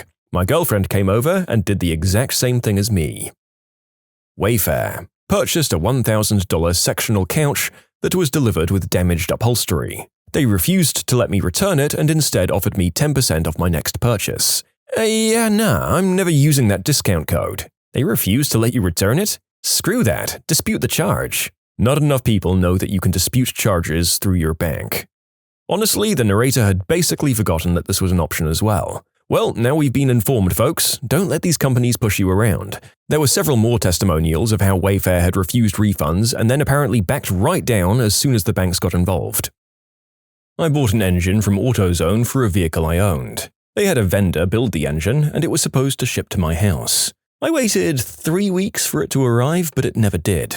I contacted their store. I was told that it hadn't shipped yet and was coming via FedEx Freight. I kept up with the tracking number, but couldn't get anywhere with it. I kept calling back every couple of days to see what was going on, and nobody could figure it out. I finally managed to find out that it had shipped via another company, RL Freight, and had been delivered to somewhere else. It was like pulling teeth to get a refund on an engine I never received. It took another 2 weeks to get the refund. I won't buy a soda from AutoZone now. Yeah, I got 3 bad starters in a row from them. I thought I was losing my frickin' mind. The 4th came from a dealership and it's still in the truck 4 years later. JDM Racing Motors gave me a damaged motor and claimed a compression test was the only way to test the engine and said that it passed. Barely held on in one cylinder. To make matters worse, if you put coolant in where it ought to go, it would come out of the oil pan. Made a few calls and had email exchanges with their mechanics, and was informed the coolant and oil touch regularly and that's how it cools the oil. It's just wrong on so many levels. Never got my money back either, so I ended up using the good parts from the exterior to rebuild my old engine. 1-800-Flowers. Screw them so hard. They waited several days after I placed an order for Mother's Day flowers to tell me that they wouldn't be able to fulfill the order. They waited until the day before, putting me in a bad position. Now, I Google my mom's zip, add flowers, and have a few choices.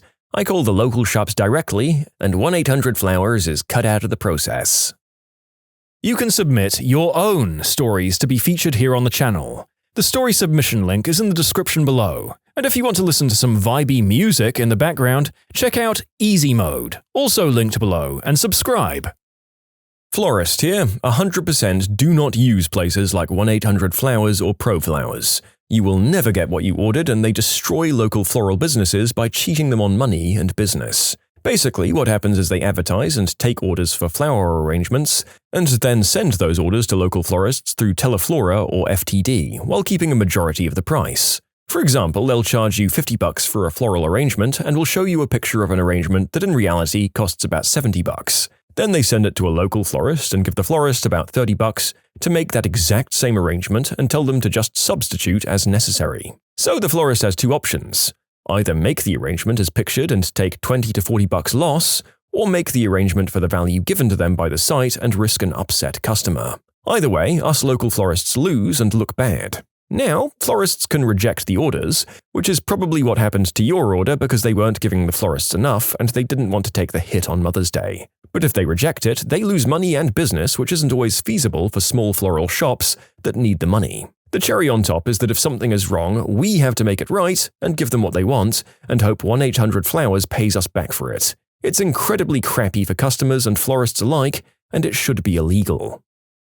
Frontier Internet. They're one of the crappiest ISPs I've ever had. I will never go back, no matter how cheap it is. I have Frontier. I stopped paying them like 3 years ago, and they continue to give me service. They are so disorganized that they have no idea. I almost switched from Comcast to Frontier just for the cable only. My install day came, and I was given a 4-hour window, and nobody showed up. I waited around 2 hours after the window and then finally called and they said, "Oh, the installer got busy and we need to reschedule. We can do it 2 weeks from now." I told them to cancel my installation because it didn't really seem like they wanted my business. You know, a company's got to be a special kind of freaking incompetent to make Comcast the preferable option. Macy's. I got a credit card through them to buy a suit. My parents offered to pay the card off as a birthday present. Cue months of them calling me 5+ times a day asking where the payment that had already been made was, harassing me to make more and larger payments. When it was finally paid off, they then tacked on a completed fee charge and never sent a bill, so the whole damn thing started all over. I was genuinely about to file a lawsuit over harassment or something. It was unbelievable because I'd tell one person the payment was made and then get 4 more calls the same day asking the same thing. Then rinse and repeat tomorrow. Spirit Airlines. Never again. Frick them.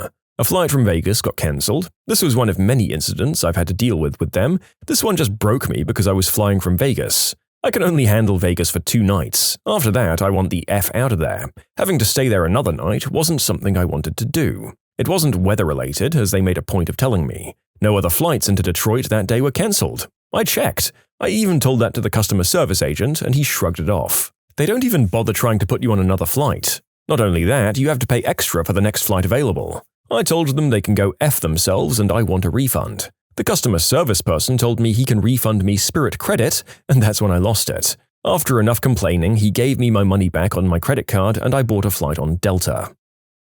LuLaRoe. I only bought stuff to help out a friend who was trying to make ends meet. Luckily, she quit after about a year. I bought 3 pairs of leggings over the course of the year, and none of them made it the year without holes. $25 each.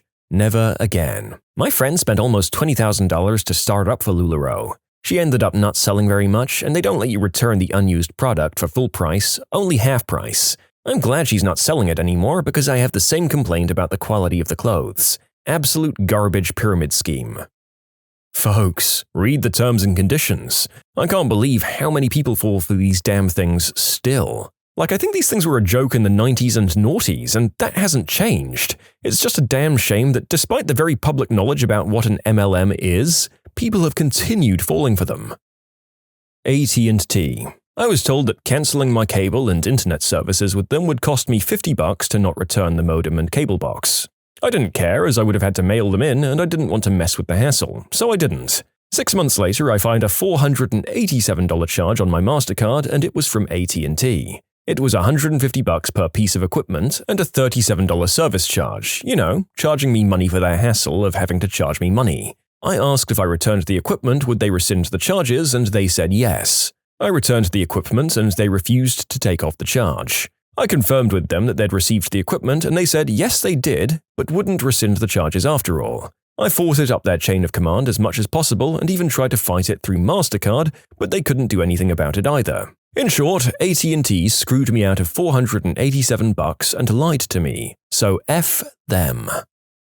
Neiman Marcus. I went there to buy a Prada bag for my mother. She had a knockoff and she loved it, so I figured she'd appreciate the real thing. I wear t-shirts to work, but this day it was at least a fancy one. But it didn't matter to the sales lady who told me my bag was very expensive and rolled her eyes and walked away. So I went next door to the actual Prada store and bought one there. I don't need to be judged by an angry middle-aged woman working retail, thank you very much.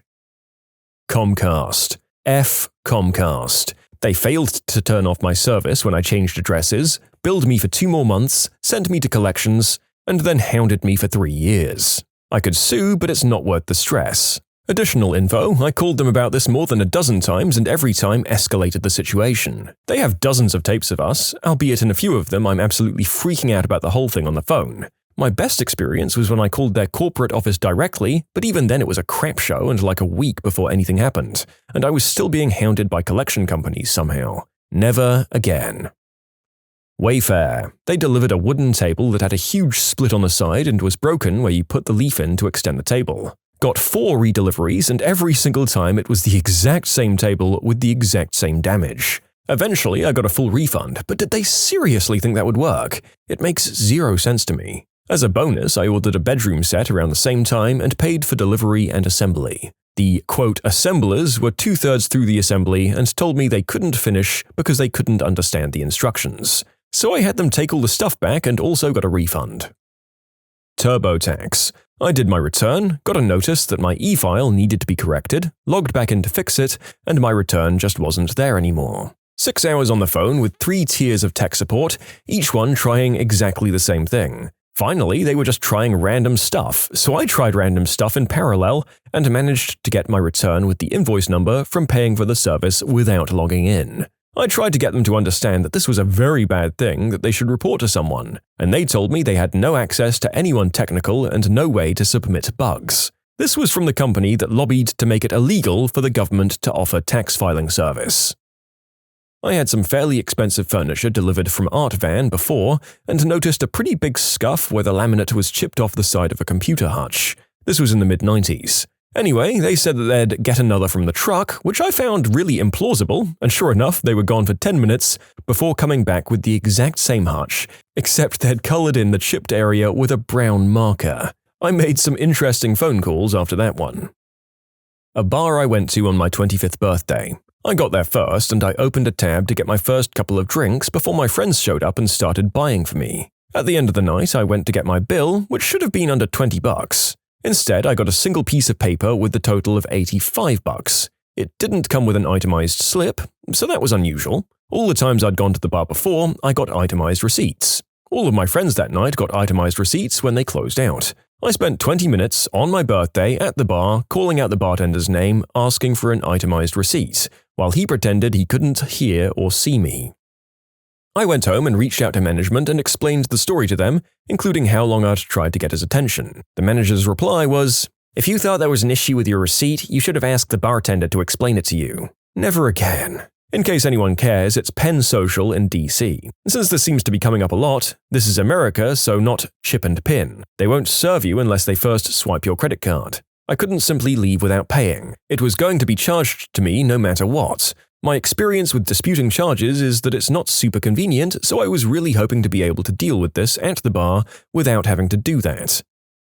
I took my Beta Woods truck to a local tire shop for an alignment. They told me they couldn't align it because I had a sticky U-joint and then charged me for hours of labor because they, quote, had to take the tie rods off. I argued that because A, U-joints don't impact alignment, and B, there was about an inch of grime on the castle nuts, there's no way the tie rods came off. They bought out a manager who just made crap up about how alignments work. I'm a mechanical engineer. I think they thought they could get away with it because I'm a woman. Nope, I filed a complaint with the state and they were fined for lying about service costs. I guess we add mechanics to the list of, when you find a good one, hang on to them for dear life, trades, along with contractor, babysitter, escort, and hitman. Good to know. Chili's. I don't know how this even happens, but I was served fried chicken that was cold and literally had ice on it. To anyone reading this later on, I want you to know that Chili's PR staff has since contacted me trying to smooth things over. Yeah, right. Chili's served me frozen food and I'd rather trash them forever than be sweet-talked with a gift card. Panera. They raised prices and shrank their portions a while ago. It's not worth it anymore. Fricking AT&T. It's one thing after another with these buttholes. They've been taking $60 a month from my checking account for the last 7 months for a prepaid phone that I don't have. They can't tell me why or take me off autodraft because I don't have a phone number to look up the phone that I don't own. Just spent almost an hour at the bank trying to dispute this crap. It's just the most recent in a long line of crappery caused by AT&T. They're absolute twits. When did you score by a 1 in a million stroke of luck? I was at a large outdoor concert and some guy walked up and said, "No way, it's you, man." He then hands me my driver's license that I didn't even know I'd lost somehow. Got hit by a speeding car when crossing a road, cracked the windscreen, did a flip and landed on the pavement nearby. Paramedics were worried I'd broken my neck. Several hours and x-rays later, I walked out with nothing but minor bruising on my back. Different angle and I could easily have died. My score was not getting crushed or drowned in a farm accident. I was 16 and working in the packing house on a blueberry farm. I went out to the fields with a guy to pick up the berries. The truck didn't have a cab, just a windshield. I was sitting on a fuel tank where the passenger seat would normally be. There was a large ditch full of water on the right side of the road. The driver went off the road into the ditch. I went into the water and the truck rolled over and came down on top of me. Somehow I wasn't pinned or crushed and was able to find my way out. I used up a lifetime's worth of luck in that one incident. I was in a horrible rollover accident with my family after graduating high school. We were in a Suburban traveling on the freeway when someone fishtailed us and we spun into the median and then started rolling. I somehow slid out of my seatbelt and flew out the passenger window, landing in front of the Suburban. When it got to where I landed, it bounced over me and then continued to roll. Eyewitnesses said that it was the only time the Suburban ever left the ground. In the aftermath, myself, my girlfriend at the time, and my sister all needed to be intubated as our ribs had punctured our lungs and we were drowning in our own blood. There happened to be 3 separate, unrelated EMTs behind us that all pulled over and had medical equipment in their vehicles and intubated us until ambulances and Starflight showed up. So I'd say the bounce and the random EMTs behind us would be the best luck I've ever had. I won a $20,000 car with a $10 raffle ticket. A new casino opened up near me, so my girlfriend and I decided to go at 3 a.m. on a whim. She won $700 on a slot machine, and then I won $600 on a machine, and we then proceeded to leave. Bought an ice cream and won a free one, and I redeemed the free one, which contained another free one. My car broke down on a 2-lane highway in the middle of the Appalachians, 20 miles from the closest city and with no cell reception. The first vehicle around the bend was my grandfather, who lived 3 hours away. He just randomly decided to go on a weekend trip to the mountains. From breakdown to being picked up was less than 5 minutes. So Appalachia is a 500,000 square kilometer area, and Appalachia doesn't even include the entire area of the Appalachian Mountains themselves. So the odds of this, for anyone wondering, were quite astronomical, only slightly offset by the fact that there are limited highways. I'd say the odds of your grandpa being that close to you took the total probability of the incident back into the millions again. I lost my college ID card. A replacement was $15, I'd found out. I walked out to the rainy parking lot, determined to get through the rest of my college career without an ID card, when I saw a folded, soggy green square on the ground. It was actually a folded $10 and $5 bills. $15. I went directly to Chipotle. I lost my phone while we were laying pipe at work, filled in the trench and then realized I'd lost it somewhere in the 60 foot of trench we had dug. Left it there overnight, seeing as it was already dark and I couldn't hear it when I called it. Returned the next day with listening equipment. Took an extremely lucky guess on where it was and located it within 30 minutes. Dug 2.5 feet down to find that the only damage was a small crack on my screen protector and a scuff on my OtterBox. Everyone, including me, had written it off as never being recovered. 2 hours of my time when I figured it would take me a week to find it. When I was 5 or 6, my grandpa took me to the horse track a lot. One time, he let me pick the 3 horses I thought would win first, second, and third. Needless to say, he won a trifecta. I don't remember the amount he won, but I remember him lifting me up and kissing my cheeks over and over. I miss him every day.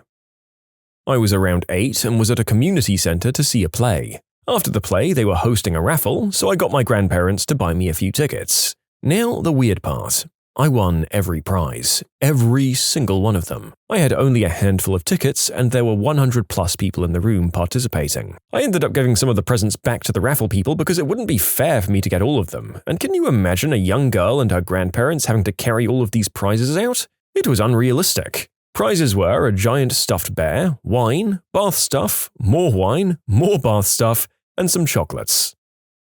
On Friday, my father-in-law was purging and offered my husband a pair of jeans because they were his size. The second I saw them, I was like, frick. 24 hours later, I sold them for almost $20,000. 1933 mint condition Levi's 501s. Thanks to the Redditors over at Raw Denim for their advice. My husband washed them. I've seen Antiques Roadshow enough that I freaked out when he told me that. According to a guy who wanted to buy them, that took $2,000 off the value, though the winning bidder didn't even ask, so that's not really true.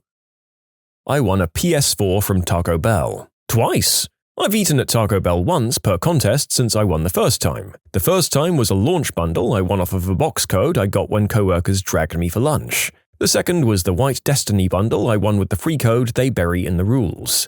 I gave that one to a friend so I had someone to play Destiny with. I fell on ice, traumatic brain injury, died 3 times. They told my wife I wasn't going to make it. Coma for 3 days, still not dead. The second luckiest was when my wife agreed to marry me 30 years ago. Similar odds of her saying yes, I think. I found a $20 bill at the post office. Since I thought it was my lucky day, I bought a $10 scratch-off lotto ticket and won $150. As a young, dumb teenager, I was free soloing, which is climbing alone, on a small mountain without a safety harness. I was about 20 meters or 65 feet off the ground when I reached what I thought was the top. Turns out the top was still going upwards, and the surface was smooth as a baby's backside, with nothing to grab onto. I tried to descend, but got myself stuck. After a few minutes, I just couldn't hold on any longer. I lost my grip and I fell. I dropped 5 meters, 16 feet, and by chance, 2 tiny trees, growing out from a crack in the mountain face, caught me. And they did so perfectly, one under my arm and the other right under one of my knees. From there, I found my way down again, safe and sound. If it hadn't been for those trees, I could have been seriously injured or dead, as the ground underneath was littered with pointy rocks. I didn't use my luck to win the lottery, but it saved me from a really bad situation. Fact is, safety is alpha omega when it comes to climbing, and especially when doing free soloing. This event happened because I was reckless. I climbed a route I hadn't scaled previously, and I did so without a rope or spotter. So, my words to anyone climbing or free soloing out there are please take safety measures and stay safe. Learn from my mistakes. I was incredibly lucky to get away from this incident unharmed. Those trees gave me a second chance. I survived bacterial meningitis when I was 2. Everyone who gets it usually has to have limbs removed. But I ended up being part of a new medication trial and it saved my life, and the only thing I've lost to this day as a result is a little bit of hair at the back of my head. That med never came into circulation after that, so it was my only chance to get it, and I did. I would consider that very lucky. My mother gave me a very nice necklace. One morning I went to scratch my neck and didn't feel it. I guess I didn't put the latch on properly and it fell off, so I got super bummed out because it was really nice. A few hours later, I found it in my shoe. It fell down my shirt, down my pants without a belt, and into my left shoe, which had been tightly laced. That, I believe, is life having what the kids call a trick shot. Well done, almighty powers that be. You have 6 skills and 360 no-scoped that necklace like a pro. Sorry, everyone, I'm having a crisis of age here and I'm trying to be what the kids call lit. I got hit by a semi-truck while driving 75 miles per hour down the highway. I rolled 6 or so times and landed right side up in the ditch without so much as a scratch on mine, my fiance's, or my friend in the back seat's body. My 2014 Chevy Sonic was done though. I'm amazed such a tiny car kept me safe through that. I also won a $1,500 jackpot on a slot machine once. I used to occasionally go to late-night casinos with a mate who was pretty big on gambling and women who took their clothes off for money. I don't do that second thing. I always play low-bet value roulette, which is a hard limit I set before I go in, usually 20 to 40 pounds. Nothing went my way and I was cleaned out before 5 minutes had passed, barring one last 50p chip. I put it square on one number, which came in. Then I won again and again. I don't remember much more, but I do remember walking into the kitchen the next day to find nearly £4,000 on my counterpoint, most of it still in the foil envelopes the casino gets it supplied in. When I was 12, I was walking through the woods and got hit in the face with an arrow by someone who wasn't paying attention to where he was firing. While this may not be lucky in itself, it hit the hinge of my jawbone. Half an inch in any other direction would have been much more fatal, an inch up would have gone into my brain, and an inch down into my throat. I was holding stock in Delta Airlines back in the late 90s. I was going to hold it for the long term, but it skyrocketed and I made so much that I decided to sell my shares. But then it went up even more and I regretted that. Then I found out that when I tried to sell my shares, I actually doubled my investment. Good day. You can submit your own stories to be featured here on the channel. The story submission link is in the description below. And if you want to listen to some vibey music in the background, check out easymode, also linked below, and subscribe. At a fancy charity ball, I bought 5 raffle tickets for $100. I put each ticket in a different bucket for different items. I won the Chanel purse worth $1,500. Then I also won the David Yurman diamond bracelet and ring worth $2,000. The same year I got ticketed and towed for parking in my usual spot at work because on November 1st the parking rules changed for snow. I didn't know that. That cost me all afternoon and $400. That night, my friends and I went to play bingo with the old biddies at church, and I hit the jackpot bingo, which was worth exactly $400. I forgot I had a midterm and missed the exam. Somehow ended up with a B on said midterm. I once had a C+ going into an exam, got a C- on the final, and somehow ended up with an A in the class? I didn't question anything. When I was in the second year of my unfinanced PhD, I met a Brazilian girl who was in France for her PhD. We met in a bar. Our PhDs had nothing to do with it. We dated for 2 years before she had to go back to Brazil in order to finish her PhD. I was crushed. Boom! My PhD advisor had just started an international project in Brazil. In her region. She sent me there to work, all paid for by the project. Now we've finished our PhDs, we're back in France, and she'll be my wife in 2 months. Update, she's now my wife and we're a very happy couple. We had a wonderful wedding that we'll never forget. Much of her Brazilian family made it to France to celebrate with us, which was a blessing. We then took our close family to Paris and helped them experience French culture and cuisine. We cried a lot when they left, but it was a crazy 2 weeks. We're going to Brazil for a month at the end of this year. Can't wait. I found a $165 voucher in a slot machine in Atlantic City in the morning I was leaving. Turned that into $2,500 on the roulette table while waiting for my friends. This was a wild string of events that I still can't believe. I got a job in the video game testing industry. I got placed on a specific project that happened to have a point of contact that knew my favorite band personally. When the client came to visit, this point of contact mentioned my favorite band and my boss mentioned that I loved them. I was then invited to fly out and hang out with my favorite band. I got a tour of their headquarters and got to spend a bunch of time with them for the weekend. The only thing I had to pay for was my flight. It was easily the best weekend of my life, and I'm now on first-name basis and the VIP list with that band. The band was GWAR, and I'm under NDA, so I can't disclose the game or company I work for. Sorry. In elementary school, we had a festival full of games and prizes. None of the games were really that interesting, stupid crap like Limbo and Bingo, but one game had my attention, the Cakewalk, a game with the promising reward of cavities. Yes, I won, 10 times in a row. The lucky part was they kicked me out after going home with a huge stack of 10 cakes, not a stack of 2 or 3. My trackpad on my MacBook broke. The Apple Store called me a day later saying after they fixed it, someone knocked my computer off the table and shattered the whole frame, and it can't be fixed. I got a brand new Retina display MacBook for free. They were able to transfer everything off my old computer to the new one as well. And the new computer didn't have a place for a DVD like my old one did, so they even gave me a brand new external DVD drive. I applied for a job that was way out of my league, and the pay was more than twice what I was making at the time. It included pension, full benefits, and all the good stuff. I showed up quite early for the interview, had some time to kill, so I sat in the lobby reading some industry magazines. One article was about the top 10 threats to the industry, which I made a point of reading and soaking in as much as I could. Eventually, I got called into the interview, and everything was going okay for the most part. This industry and the role are both new to me, and I think it may have shown during the interview as a weak spot. But then I got asked, "What do you see as potential issues with our industry and business?" I was so excited I almost jumped out of my seat. I went off in great detail about everything I'd just learned. The interviewers were very impressed, and little did they know that had I been asked that exact same question just 30 minutes earlier, I would have had nearly nothing to say. I got the job. I'm still there, close to 10 years now, and doing well. Several promotions, and I've made a name for myself and frequently get job offers from other companies looking for someone with my experience and skill set, both in demand and with low supply available. I'm very happy with what I have and don't plan on leaving anytime soon.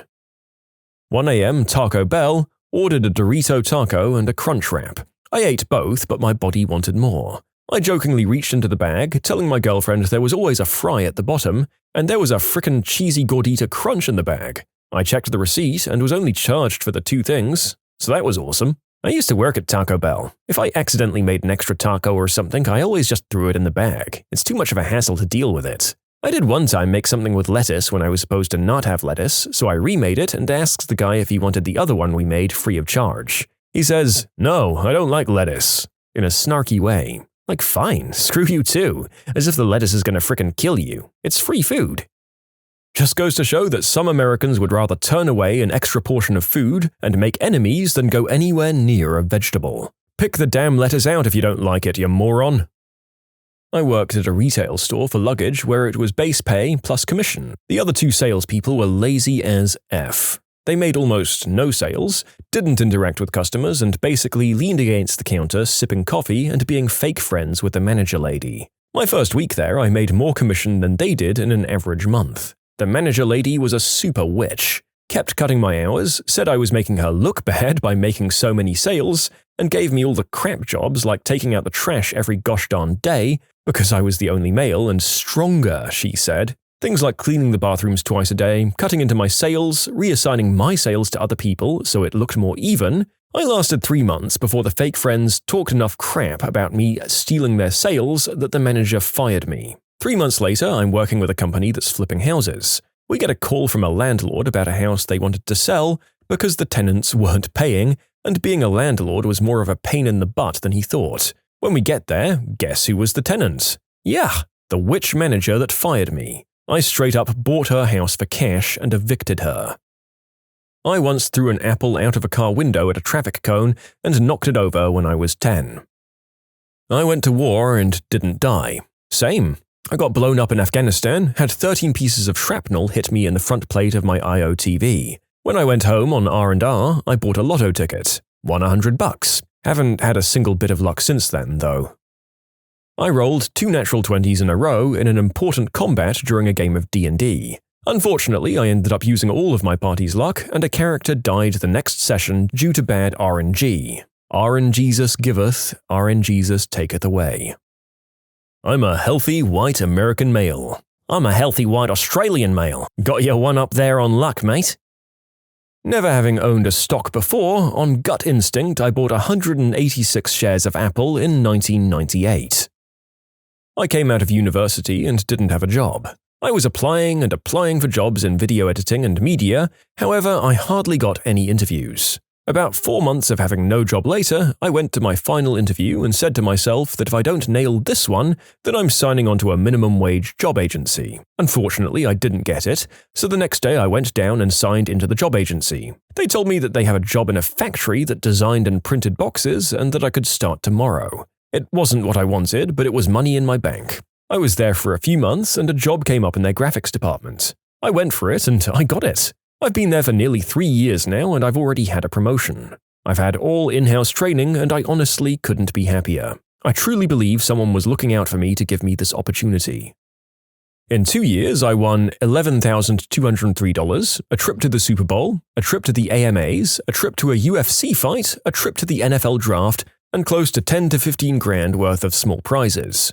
Grills, DVDs, gift cards, and small electronics. Heck, when I was at the Super Bowl on that trip I won, I got a text from my wife stating I won the final in the Super Bowl squares. Are you a professional or hobbyist contester? I know a guy who enters contests as a hobby and he's won all sorts of trips, event tickets, occasionally money, but usually he wins an ill-fitting t-shirt or a product sample. The Valentine's Day before my wedding, a local jewelry store had a giveaway for a pearl necklace. Not that kind, you sicko. I won and I was able to wear it in my wedding a couple of months later. Okay, this isn't my proudest one, but I put $250 on Trump winning the election. Not when he was actually the Republican candidate. No, about a week after he announced. It was more of a joke between me and a college that would bet a decent sum on a super high payout candidate. Either you go big or you go home. I never expected him to win. Also, I'm not American, so I have no valid political opinion of the man. And we all know how that turned out. Student debt? Gone. All legal, taxes paid. I'm not going to tell you how much because I think there are people who I know who could probably trace this back to me or remember me placing the bet. It paid for a master's degree at a well-known university. Not all of it, but the remainder of what was still open. I met my partner. He was an English backpacker traveling down Australia. I was an Australian doing an internship on an island. We got waylaid by the same cyclone, ended up in the same very small coastal town in the same backpackers hostel, and we fell in love. I feel so lucky even though it's been hard. Immigration is a crap show. Because we met so early in life, we've been able to enjoy so many experiences together and grow together. Can't get luckier than that. When did you witness something definitely not meant for your eyes? I found my dad's will. I was on his computer while he was at work.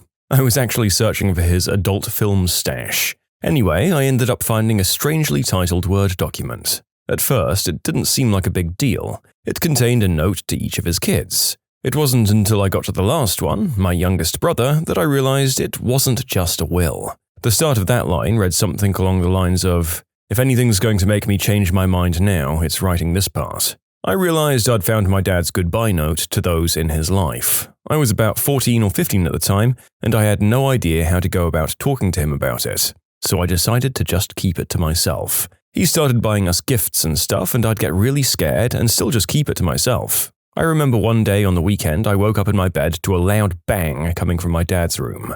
I laid there for probably half an hour, completely frozen.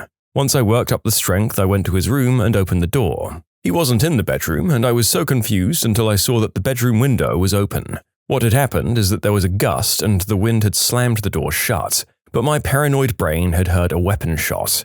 After that, I was laughing hysterically, and I don't have much memory of the days after that. Shortly after this incident, my dad had returned most of the gifts he bought us as kids, and I slowly started to believe that he had changed his mind. I never confronted him about it until last year, about 14 years or so later, but I never fully accepted that he was okay now. I called him, distraught about a separate matter, and he started talking to me about depression. He told me about his own, and how he'd considered ending things, and went into detail about it, and all I could do was cry and tell him, I know. We talked a lot longer after that, and we were able to finally put it all to rest. Growing up with my little brother and single mum, we never had a lot, but she made sure we always had a safe and decent place to live, and there was always food on the table. She never really ate much. I remember dinners of baked chicken, beef, stew, salmon. It was a lot cheaper a million years ago. Good food, nothing terribly extravagant, but always nutritious, yet she barely ever ate. When I was 10, I saw her eating PB&J on crackers in her room after dinner. That's when I realized there was never enough food for all three of us. She'd cook what we had for my brother and I, and she'd eat the bare minimum, always out of sight, so that my brother and I wouldn't worry about the actual level of poverty we were at. I never asked for another material thing from her after that night. When I was 8 or so, my babysitter was showing me a video of her time with her boyfriend in Paris. After it blacks out for a few seconds, it suddenly cuts to her lying on a hotel bed, completely undressed, legs wide, telling her boyfriend to come get it. She jumped out of her seat to try to cover my eyes and told me to never tell anyone. I have now told potentially thousands of random strangers. And now we broadcast your story even further, friend. You're welcome. And Nanny, I'm very sorry. Sometimes content is hard to come by, so we have to anonymously broadcast someone's love life on the World Wide Web. I was helping my mother-in-law clean out her closet. It was all jokes and laughter until I pulled out an unopened, massive adult toy. We were both paralyzed for a moment, before she slowly took it out of my hands, mumbled something about it not being what she thought it would be like, and that she'd ordered it online. She then backed out of the room and threw it in a cupboard. We then proceeded to clean the rest of the closet. My mother-in-law passed away suddenly a few years back, and I ended up being the one to go through her things for donations because my husband and sister-in-law were too emotional. I found 2 whole drawers of adult toys and homemade movies of the 2 of them that went straight into a trash bag and into the dumpster. I never told my husband. I was driving from West Berlin to West Germany in the late 1980s. My boyfriend gives me the wrong instructions, so I have to take an exit off the autobahn to turn back and get back to the correct exit. On a small country road on which we found ourselves, we see a large truck with a missile on it, surrounded by Russian soldiers. They were as surprised as we were, but just laughed and waved at us, as we got the heck out of there as quickly as possible. My boss forwarded me an email telling me to do something. I noticed the email chain had his bosses on it, so I read through the chain. They'd asked him to rate all of my coworkers and I from best to worst earlier in the conversation. I made the top 3 at least. When I was in college, I worked at an arcade and mini-golf joint that seemed to give 0 Fs about actually making money, but was never in any kind of financial trouble. When I got hired, the owner literally said, "I pay minimum wage and I expect to get minimum work for it." I worked the front counter and collected money for the mini-golf and sold cups of coins, or you could just use the coin changer. The till was completely busted and would be off by $50 or more in either direction, no matter what you did.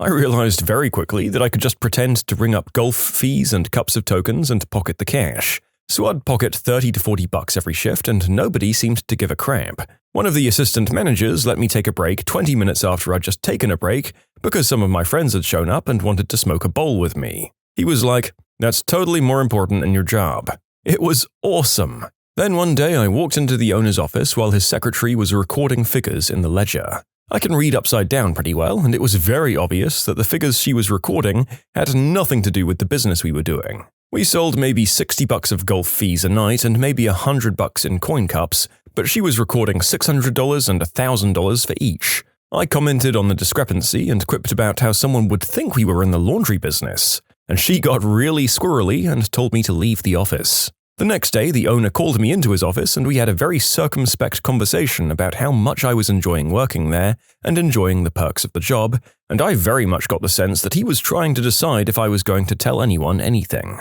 Apparently, he decided I wasn't, and he was right, I wasn't, so I kept working there. About a year later, the owner was arrested for money laundering and we all got fired. Still the best job I ever had. The mob is an A+ employer, would work in fake business again. You stole from the mob and lived to speak about it. He robbed the mob and kept his job.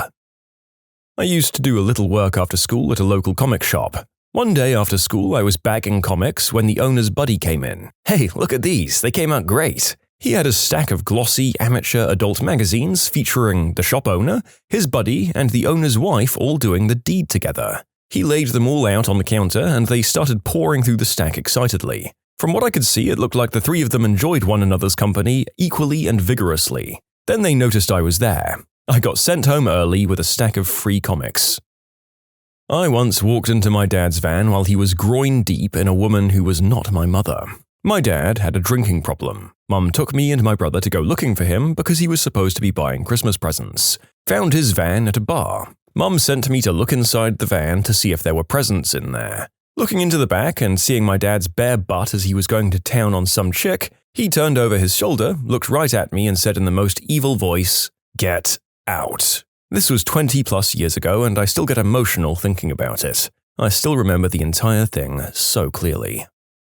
The other day I was looking for my old passport when I found a few of my dad's old visitor's passports. Now, my dad is older than most, he's 70 while I'm a teen, so imagine my surprise when listed under children in the passport, there's the name of a kid born in the 1970s. The best part is that the name isn't on later passports of his, so I guess I accidentally found out I have a dead half-brother? I caught someone eating a booger while sitting in their car. We made eye contact. He had the 1,000-yard stare. He knew that I'd witnessed. Something a coworker claimed to have seen several months before I started at the company. The big boss man comes back from a site visit and weekend at his cabin, not too far from the site. He has somebody burn all the photos from his camera to a CD and makes a couple of copies. One copy was with my coworker and another guy looking at photos from site. Suddenly, the photos of the site trip end, and there were tasteful undressed photos of Big Boss Man's wife at their cabin on the disc. But wait, there's a twist. Another copy of the same set of photos was currently in the boardroom PC, where Big Boss Man was showing photos to the client. My coworker doesn't know what to do. She tells our lead administrative assistant, who confidently marches into the boardroom and ejects the disc, interrupting the meeting. Big Boss Man asks, "What are you doing?" And she simply says, "There's a problem with the disc," and leaves. Yes, she's amazing, and no, she never got into trouble. She was the second employee that was hired when the Big Boss Man started the company 2 decades ago. This event happened almost 9 years ago, and she's still an indispensable employee. My coworker, who unexpectedly saw his boss's wife's chest, never heard what happened after. Nobody talked about it, and everyone just carried on like it had never happened. Back in middle school, we had this really strange gym teacher who was about 6'2" and ripped. Me and my friend were going to take a dump and thought that the locker room toilets would be clean since nobody used them throughout the day. When we walked in, to our left was one big shower room and there was our gym teacher showering while eating spaghetti out of a Tupperware container. Thank God he was wearing swimming trunks, but he did turn around and say, "You guys aren't supposed to be in here." So he left. Somehow, this is weirder than if the teacher was actually a prevert and doing something illegal. Like, don't get me wrong, I don't think they deserve to be fired or shamed or anything, but it's just so very much weirder that they went to the trouble of putting on a bathing suit specifically to do this stuff. If you wanted the difference between weird or bad defined, this is it. When I was younger, my family went to look around a house we were considering buying. We went into the owner's daughter's room and there was a blow-up, doll on the floor. It was really funny, but we didn't end up buying the house. I was working the night shift, doing post-production on a well-known reality show.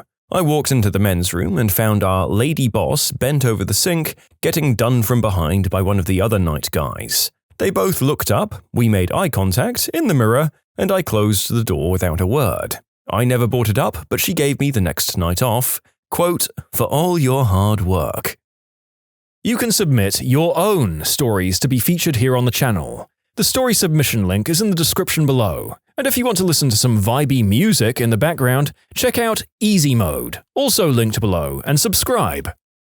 I went to a co-worker's house to help get the scanner to work, which hadn't worked since her daughter had tried to use it a few days earlier. I tried to load the software, which would hang while trying to connect to the scanner. A quick power cycle of the scanner and the software loaded up. The software defaulted to the Recent Scans screen. The most recent scan was the hoo-ha of my coworker, her daughter, or I suppose it could have been a page from a XXX magazine that just so happened to be exactly what you'd see if you were squatting over a scanner.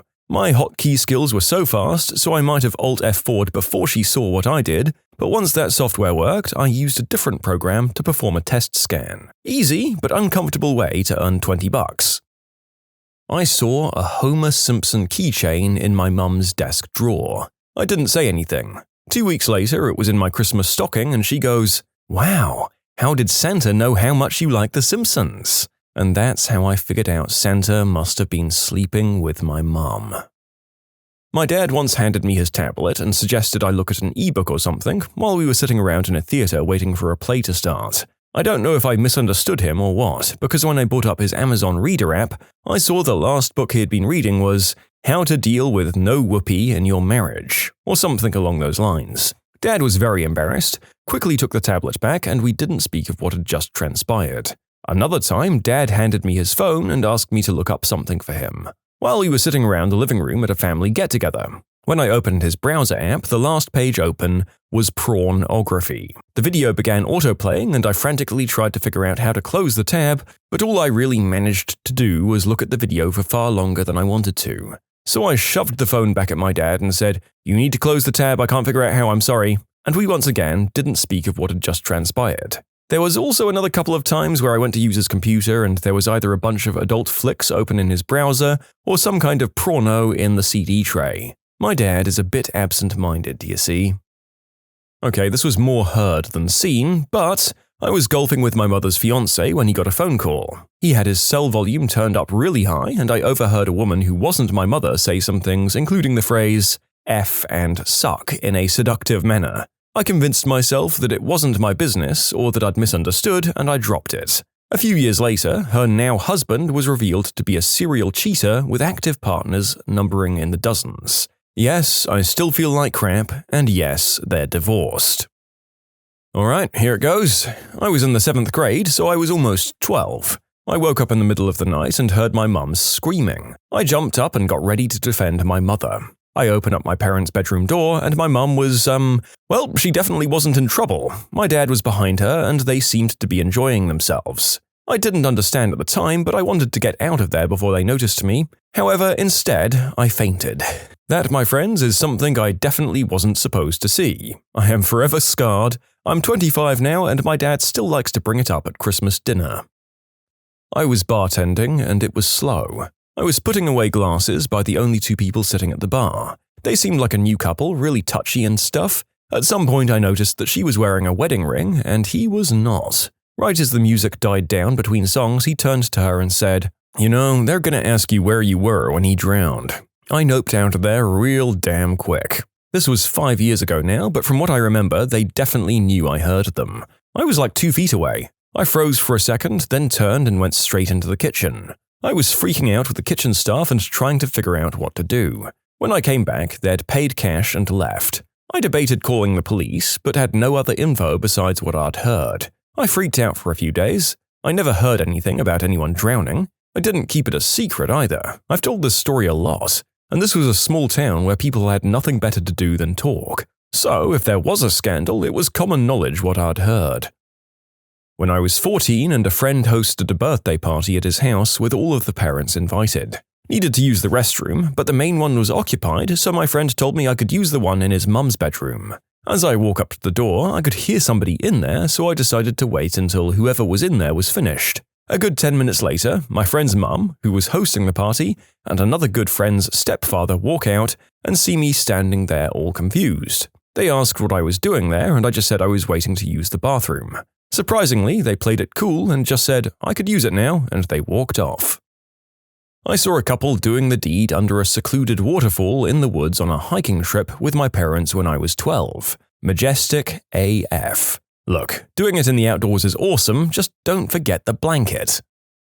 I saw an employee's check stub that he had dropped. He had been there for a month and was making what I made after my first year, and wasn't a very good worker. So that made me ask for a raise. I got it.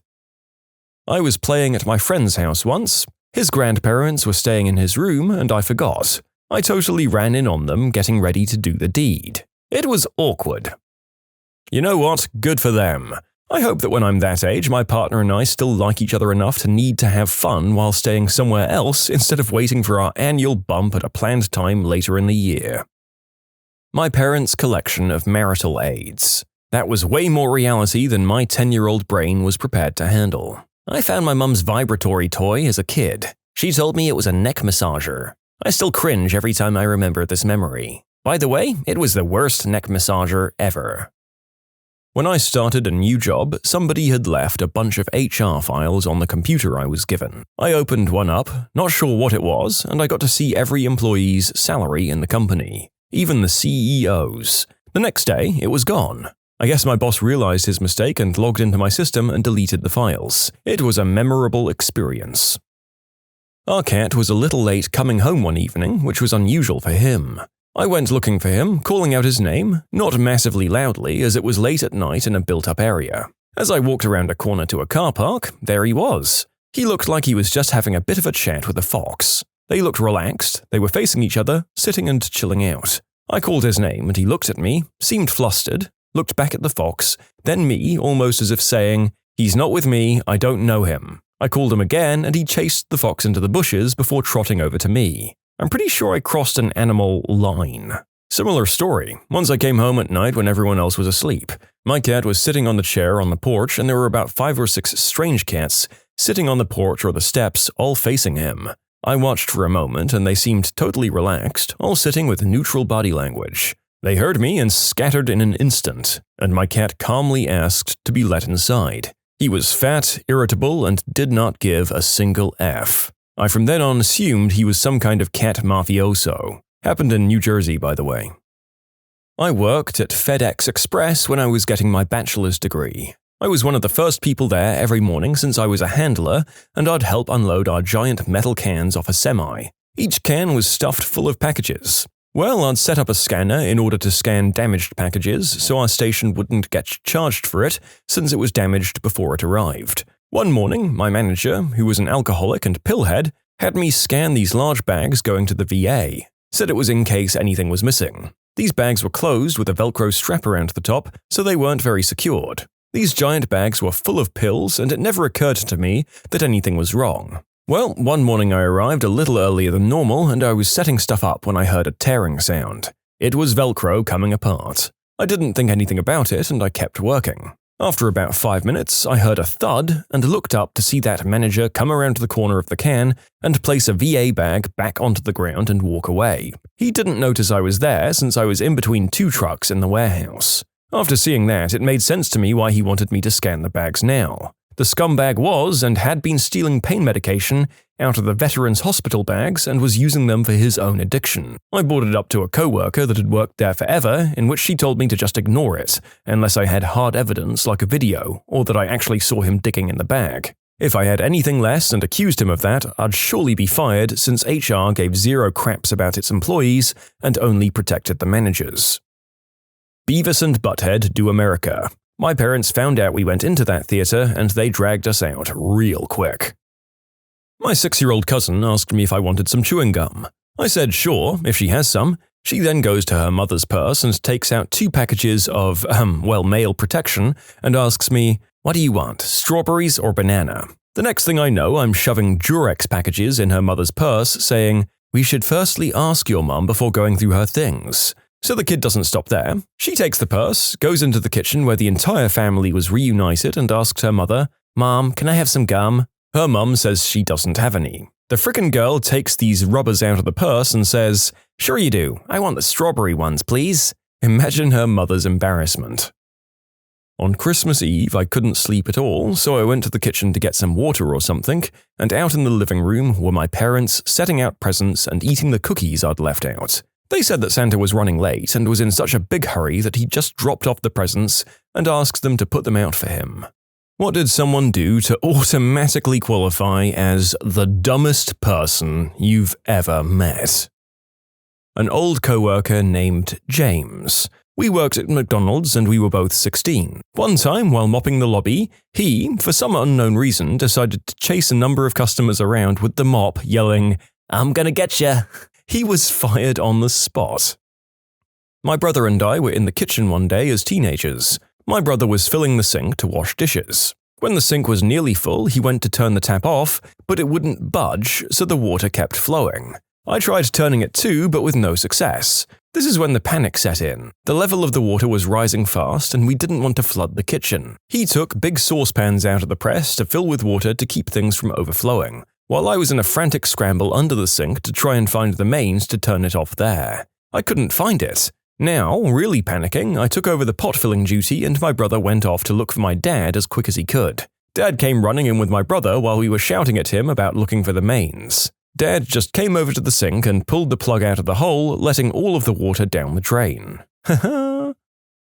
I had a boss named Tammy. Frick Tammy. One night we were all working late doing stocktake and we were discussing the impending lunar eclipse. Someone asked what happens during an eclipse. Tammy grandly explained that the eclipse would occur when America went in front of the moon, blocking our, Australia's, view of it. Like she literally thought the Earth stretched itself into a U-bend or a neck pillow shape, and half of it stayed in our normal orbit and the other half stretched itself over to casually block the moon for the rest of the Earth. Like what the hell? My roommate for the last 3 years once said that if solar technology keeps advancing at the rate it is, we'll absorb all of the energy made by the sun and fix global warming. Not 5 minutes later, after attempting to inform this poor fellow about how the sun's energy output is not determined by what the energy eventually interacts with, he states that wind farms are worse because they cause tropical storms. I mean, I hope he's just an epic troll. I just don't know. Had a guy in a third-year undergrad developmental psych course raise his hand in a full lecture hall and ask the professor, "Hey prof, do infants diagnosed with SIDS get asthma later in life? Like, are they more likely to get asthma?" SIDS stands for Sudden Infant Death Syndrome. He just kept pursuing the question. The professor didn't understand how she could answer it. She thought there was some kind of logic in it that she wasn't seeing. Finally, some girl took the initiative to shout across the room, "No, they're not more likely to get asthma, they're dead. They've died suddenly and will thus not be at risk of developing asthma." Great day. He always sat in front of me and I'd see him writing just absolutely horrible poetry and song lyrics. Look, as mean-spirited of me as it is, I'm willing to bet that reading that man's poetry would be one of the funniest damn things you could get your hands on. Idiots who take themselves way too seriously and think they're really smart are always the best source of comedy gold, until they get elected president.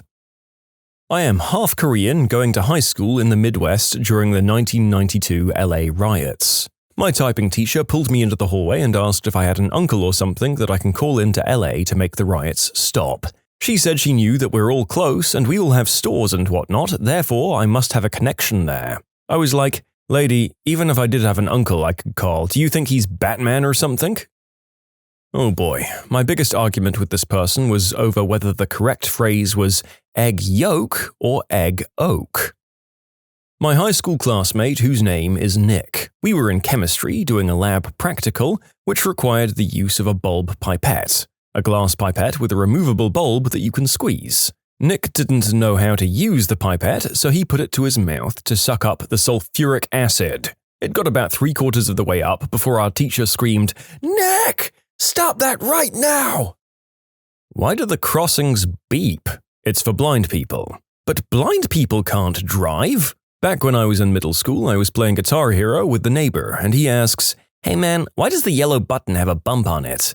And for whatever reason, without missing a beat, I said, "Oh, it's so that blind people can play and they know where to put their fingers." We both accepted this as the obvious answer, and my brother was sitting on the couch watching, and he was like, "Are you too frickin' retarded? How would a blind person play this game? Think about it for a second." I felt pretty stupid after that. Oh, my cousin. All through public school, she was a snob who looked down on everyone. She was super stylish, but struggled academically. We graduated in 2014. We both went to colleges, not the same ones. She got a job at a bar and stayed out late drinking. Her boyfriend told her that she didn't need to complete college, so she just stopped showing up. Didn't drop, just stopped showing up. Completely flunked out. So here comes the mega stupidity. Our families live hours away from her college at the time. Her family wants her to move back home. My cousin's mum notices a pile of clothes in the corner. The mum said, "What is that, your laundry? Pack it up and we'll wash it when we get home later." The cousin, I kid you not, says, "You can wash those?" Turns out she had been throwing away clothes instead of washing them. She claimed she didn't know she could, yet she washed her undergarments and bras without a hitch. She's now at home with her family and has started doing more chores to show an increase in responsibility. She still tries to throw clothes away, citing that she didn't know they could be washed and reused. It makes me wonder what she thought all those years before college, before she left home. She wore the same outfits repeatedly. She had to have known they could be washed. When I was in the Navy, there was a cook on my ship.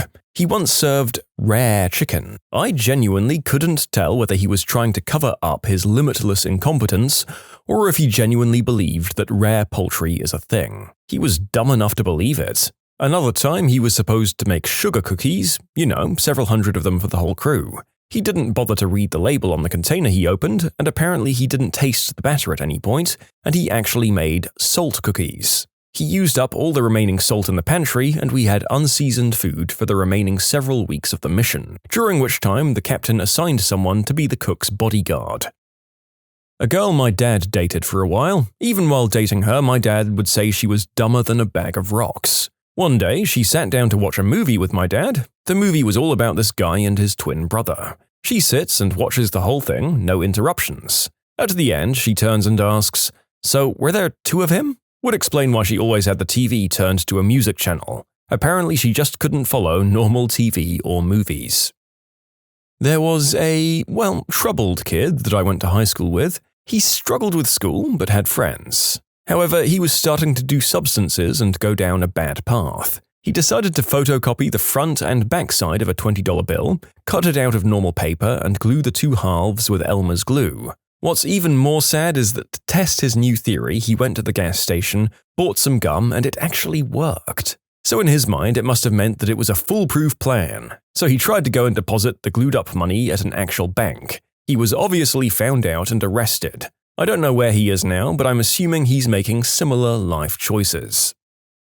I had a next-door neighbor who robbed a Howard Johnson's at the top of our street at weapon point, wearing a ski mask. He took the money, then took off the mask and was walking home, 2 blocks down the street from the bank, when the cops pulled him over and found the mask, weapon, and the money. He was wasted and asked them, "Would it help if I said I'm sorry?" Got a couple of years in Rikers Island. Came out, broke into a local apartment house, stole some money and jewelry, got stuck out in a fire escape when the ladder wouldn't go down, and he'd closed the window behind him. Got a couple more years. That's 2 stories, I guess. There's a few more, but you get the picture. He did leave me a box of cassettes when he went up one time, among them the Allman Brothers live at the Fillmore. I became a lifelong fan, so thank you, unnamed next-door failed robber. He was actually a pretty nice guy in person, and like a young Ray Liotta handsome, just dumb as a brick. I know a guy that smokes a lot of green herb and is fairly overweight. He had been trying to find work, but was having trouble finding a job since everything he was interested in was substance tested. He told my boyfriend that he had a plan that might help him pass a substance test. Since green herb supposedly gets stored in your fat cells, he proposed that he should just eat even more than he normally does so that he could gain weight. That way, the fat that he gained would replace the dank fat. Boom. Problem solved. Well, I don't think he was successful, but at least he was probably happy. There are worse lives than smoking green herb and eating junk food. It's not a great long-term lifestyle, though. She ashamedly told us, her co-workers, how she'd dry-humped her boyfriend and thought she was pregnant. They were wearing clothes. She wasn't pregnant. She also thought that the Great Depression was in the 60s, along with the end of World War II. The 60s, folks. She's a nurse now. Don't know if it's the stupidest, but it's pretty damn stupid. We were on a drive through an animal park. We saw an animal. She asks, "What kind of meat would that one be?" And someone replies, "Oh, it'd probably taste similar to beef, I imagine." A few minutes later, we see a different animal. She asks, "And what about that one? Would it be like a fillet or a T-bone or something?" And that's when I realized this woman thinks that different cuts of meat come from different animals. Once at a restaurant in New Orleans, my friend ordered macaroni and cheese. At the table with about 15 other people, he says out loud, "How did macaroni and cheese become a thing?" To which I replied, "What do you mean?" He says, "I mean, it's so redundant, you know?" I say, "What? How is macaroni and cheese redundant?" And he says, "Well, think about it. You've got cheese and then you have pasta, which is made of cheese." He thought all pasta was made out of cheese. My freshman year roommate dropped a class because he wanted to play his PlayStation more. It put him below the minimum credit threshold for his scholarships and his parents owed $40,000. You can submit your own stories to be featured here on the channel. The story submission link is in the description below. And if you want to listen to some vibey music in the background, check out easymode, also linked below, and subscribe. My mother rolled down the car window to clean it, from inside the car, right after the car wash had started.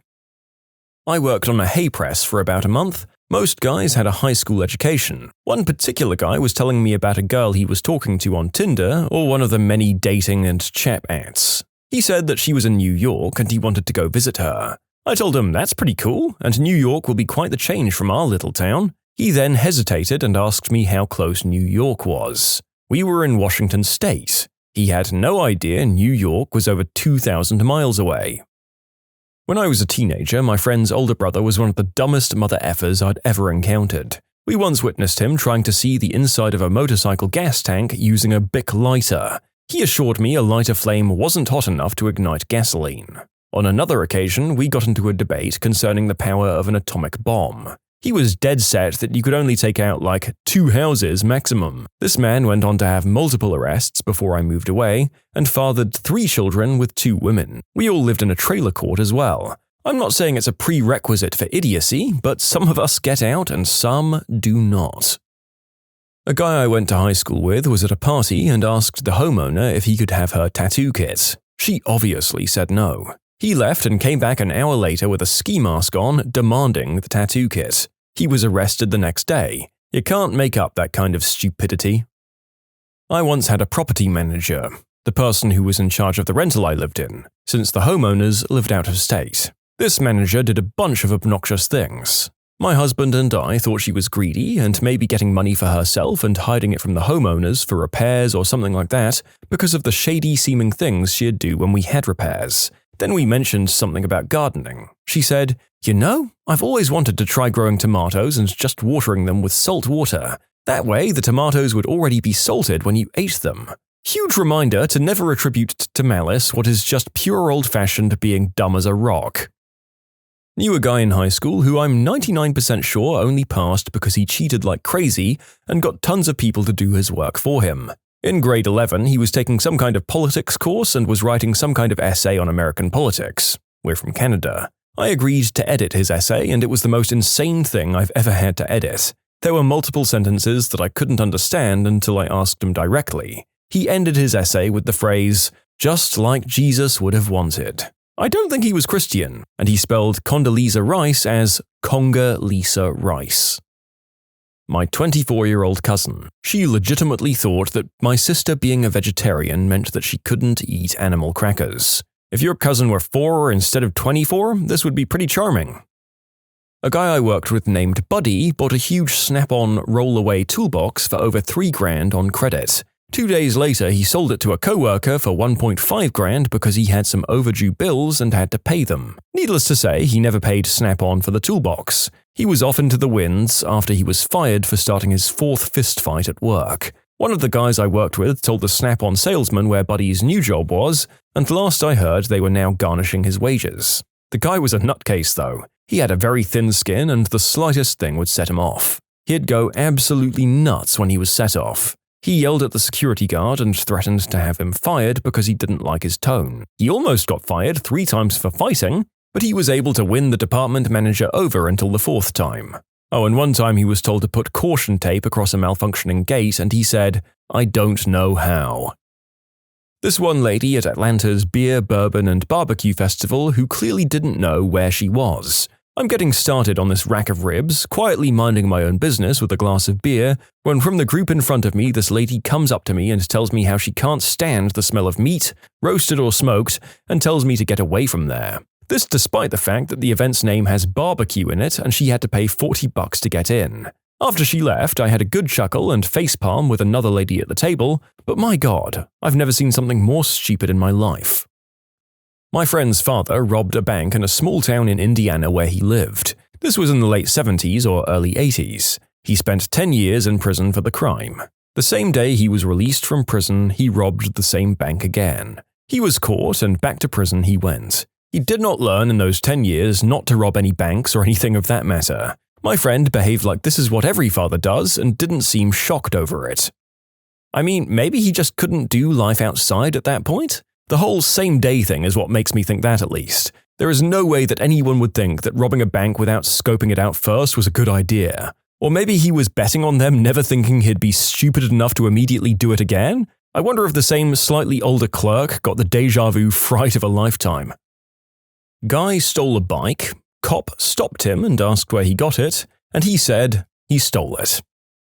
I once called an Uber driver. When he arrived, he immediately asked me, "Are you going to X location?" I said, "No." He responded, "Great, because I'm not going to take you there." "Fine," I said. So the journey got underway, and I was curious as to what he would have done if I'd said yes, that I had wanted to go to that location.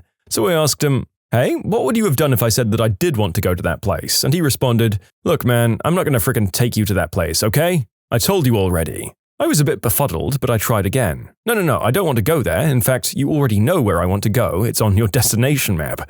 I'm just curious, what if I did want to go there? Would you have refused me the trip? Would you have driven off? And he just said, "Look man, I can't change the trip now. And anyway, I told you I refuse to go there. You've got to understand that I'm busy." We spent nearly 15 minutes with variations of this back and forth. He was a fluent English speaker, by the way. By the end of it, I was 100% convinced that he couldn't understand the syntax of a hypothetical. He literally couldn't understand the question, if X situation, which is not the case, then what action would you take? I wasn't even mad, just astonished. How had he navigated through life thus far? What were his financial decisions like? I really wanted to follow him home and make a reality TV show about him or something. This guy in my aircraft technician class, I'll call him Jim. The module at the time was about electrical power. We were having a review one Friday before the exam started. Earlier that week, we had covered the batteries used on the aircraft, what types, and how they were constructed. Trainer turns to Jim and asks him about the different types, expecting him to say lead acid, lithium ion, and so on and so forth. Nope, Jim thinks for a moment and says AA, AAA, C. And when we got to the hangar for work experience, the same trainer had lost all faith in Jim. We were all assigned jobs in the morning. Me and another guy on wings, couple more on landing gear, all down through the group. Then he gets to Jim, placed an A4 sheet of paper on the ground and told Jim to stand on it so it didn't blow away. We all laughed, Jim included. The trainer was joking, right? He wasn't joking. Jim stood there all day. A girl from elementary school believed that outer space isn't real, that Benjamin Franklin invented the time machine, and she was unaware of hammers. A guy in my high school who was convinced that the Dutch had sore throats at night from their accent and language. I'm Australian and I was living in the USA while pregnant. My sister-in-law asked which accent the baby would be born with. The girl I used to work with before she got fired. One day she'd come to work with a broken arm and claimed her boyfriend pushed her during a fight and she had fallen. We were all really concerned for her until she came back a week later saying she had shanked him in the hand during a fight to get back at him for breaking her arm. Then a few weeks later she told everyone she was secretly trying to get pregnant because if she got pregnant, her unemployed boyfriend would have to get a job and help pay the rent. She got pregnant and her boyfriend immediately dumped her. Oh my god, so many twists. But not in her fallopian tubes, unfortunately.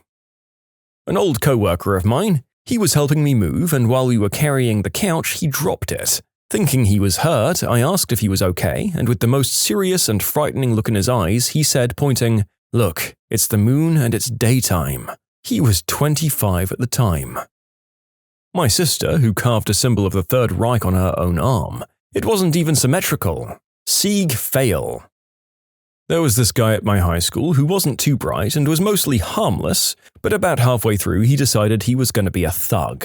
One day he goes into a class of first years when the teacher wasn't there and robs all of their electronics, cash and valuables at knife point without covering his face, and before he left he gave them his real name, saying, "And you'd better not tell them that it was me, Jim Conrad, that stole all your stuff." He then proceeded to leave school grounds with all of the stuff, but then decides against stashing it off campus, so he came back with all of the stolen stuff in his backpack and went back to spy on the class with his backpack full of loot while the police officers were taking their statements so that he could make sure that the other kids weren't ratting him out. The kids all rat him out, and when he hears his name, he steps into the class, proclaiming he'd gut every single last one of them if they didn't take back saying that he did it, with the police officers still in the class and all of his loot still in his pack. He was expelled and arrested, and when word got out to our year group, everyone just face-palmed. I don't know why he's so stupid, but it wasn't an isolated act of idiocy. It was quite well known by everyone in our year group how dumb he was.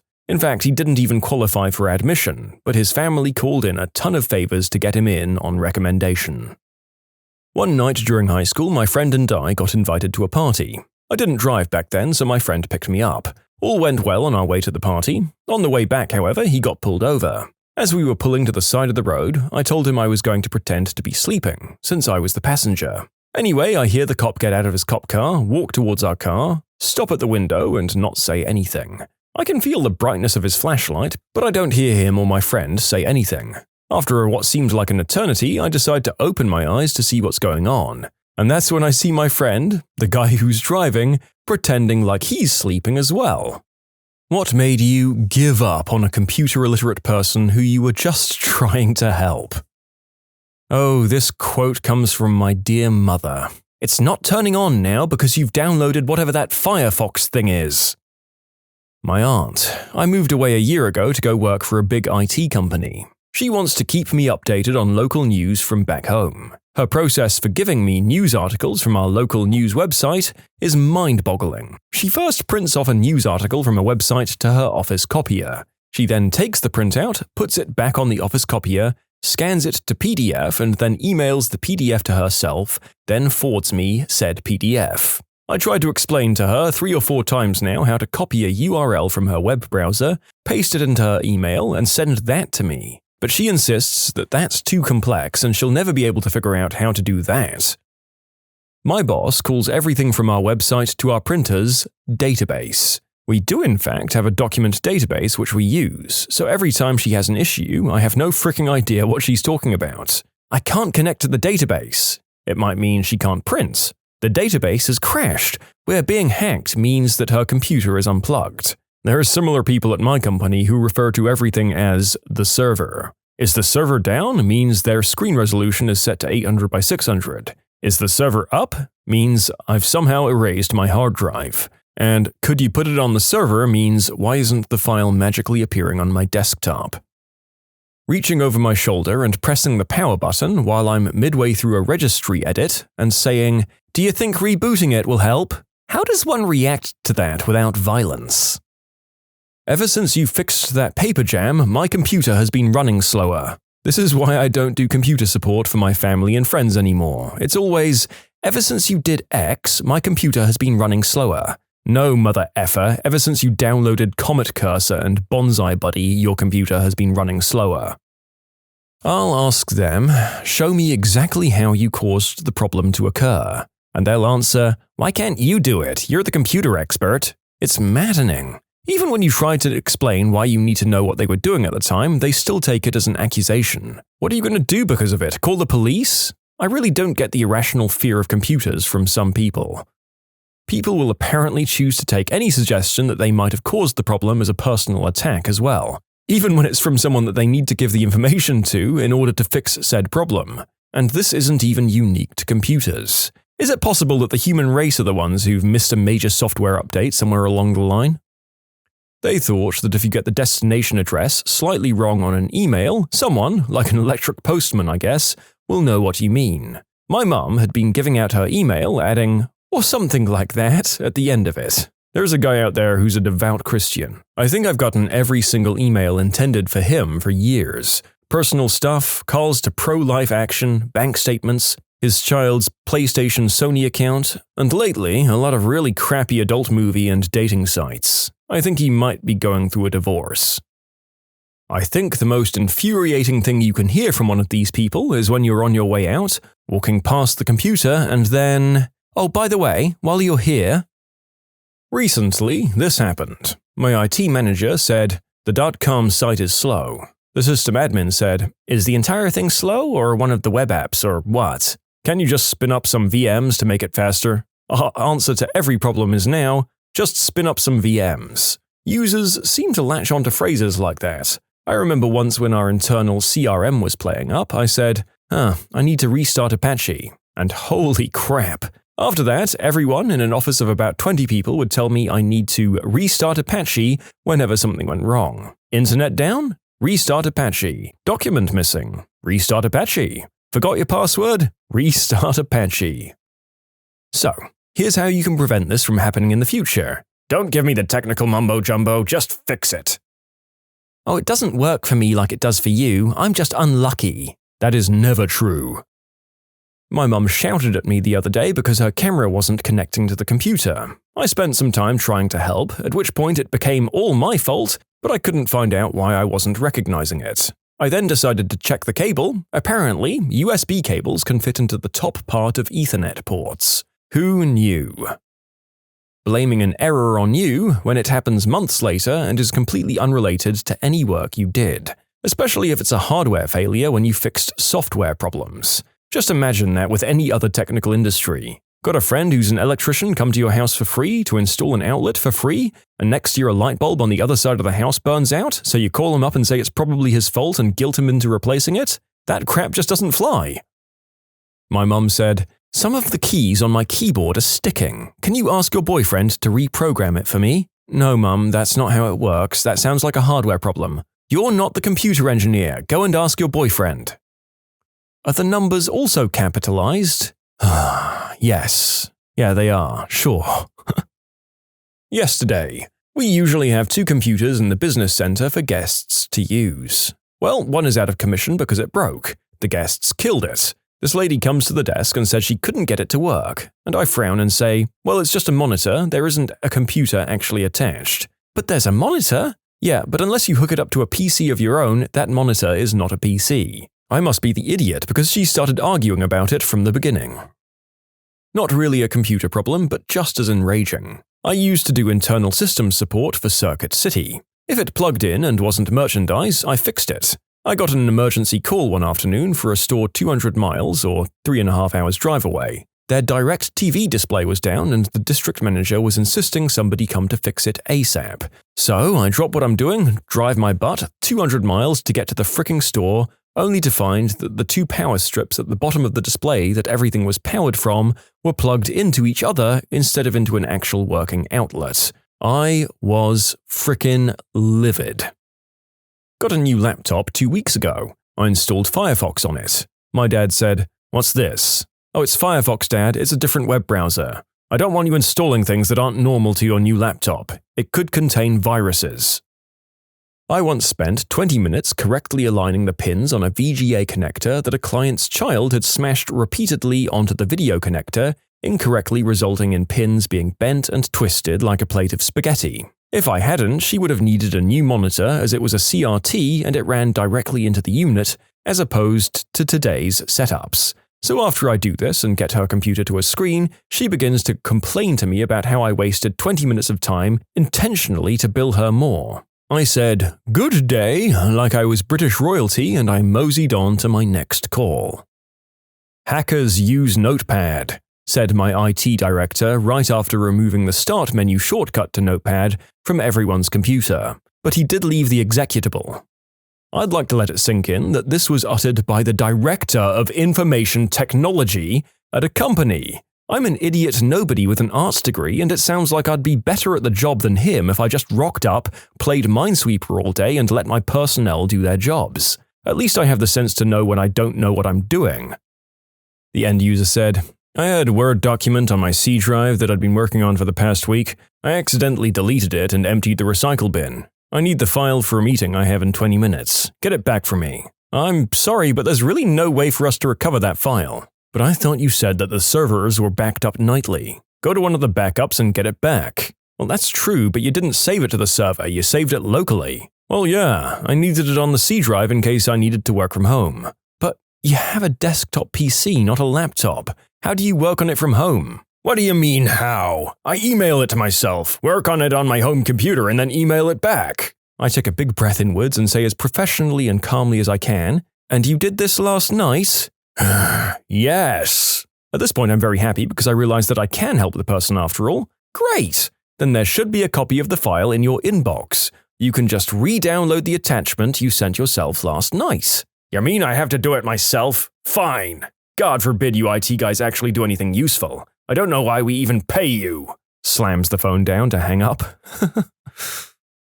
I helped an old man working on a laptop over the phone. He was working on an oil pipeline near Dead Horse, Alaska. He didn't know where the start menu was, and I asked him to go to the bottom left on his desktop, to which he responded, "I told you I have a goddamn laptop, not a desktop." Okay. Now again, I just want you to type A as in apple. K as in apple? Okay, where are your files located? In Word. Okay, but where are they? In Word. But what file are they in? In my documents? No, they're in Word, damn it. Back in the day, there were monitors that you could switch from color to green only, so you could use them as a text-only terminal or as a regular monitor. A fairly common complaint was, "My monitor is all green," and it was just a button you press on the side of the monitor to toggle it back. I got a request to fix this one day. I cruise over and press the offending button and the monitor switches back to color. "How did you do that?" I proudly show her the secret button placed conveniently near the power switch on the side of the machine. In every other instance of this problem, at this point the user would say, "Oh, thank you," and I'd walk away satisfied with another successful ticket closure. But not this time. "Why is that there?" they ask. I explain it's in case the monitor is used on a text-only terminal. Plain green letters are easier to read. "I don't understand. I just want to know why it happened." I point out that the button is right near the power button, and she probably pressed it accidentally when she turned the monitor on or off. "I didn't press any button. You need to fix it." "Okay, really, I don't care. Your monitor is color again, and I just wanted to get out of there." So I started edging away. "I want to understand what happened so it will never happen again." "Don't press that button again." Oh, she didn't like that. I got the death glare all the way down the hall and a complaint from her to my manager.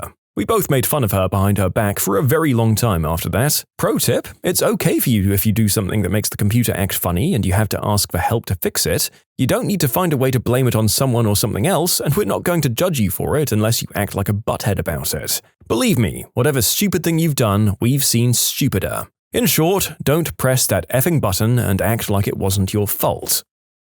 You can submit your own stories to be featured here on the channel. The story submission link is in the description below. And if you want to listen to some vibey music in the background, check out easymode, also linked below, and subscribe. My parents are bad in their own respective ways. I'm not sure which I prefer helping. My mum knows very little but will actually do exactly what I tell her to do, which is good but can take a while. Dad knows a little bit more, and as such thinks he knows way more than he really does. This leads to him not listening sometimes. He'll say, "I need to put some files on my thumb drive." "Okay, Dad, you remember how we did that last time?" "No." "Okay then, what files?" "Pictures." "Okay, open your pictures folder, highlight the ones you want, and press Ctrl-C. Long pause ensues. "Are you doing that, Dad?" "No, I'm in the control panel." "Who the frick told you to go to the control panel?" "I thought it might help." And to clarify, because I keep getting this question, the shortcuts don't confuse him. He uses them in Word all the time, and he didn't hear Control and think he should go to the control panel. He went there because he thought it might help. He'll ask me for help, then immediately disregard it and do his own thing that won't help at all. I hear, regardless of symptoms, I have a virus.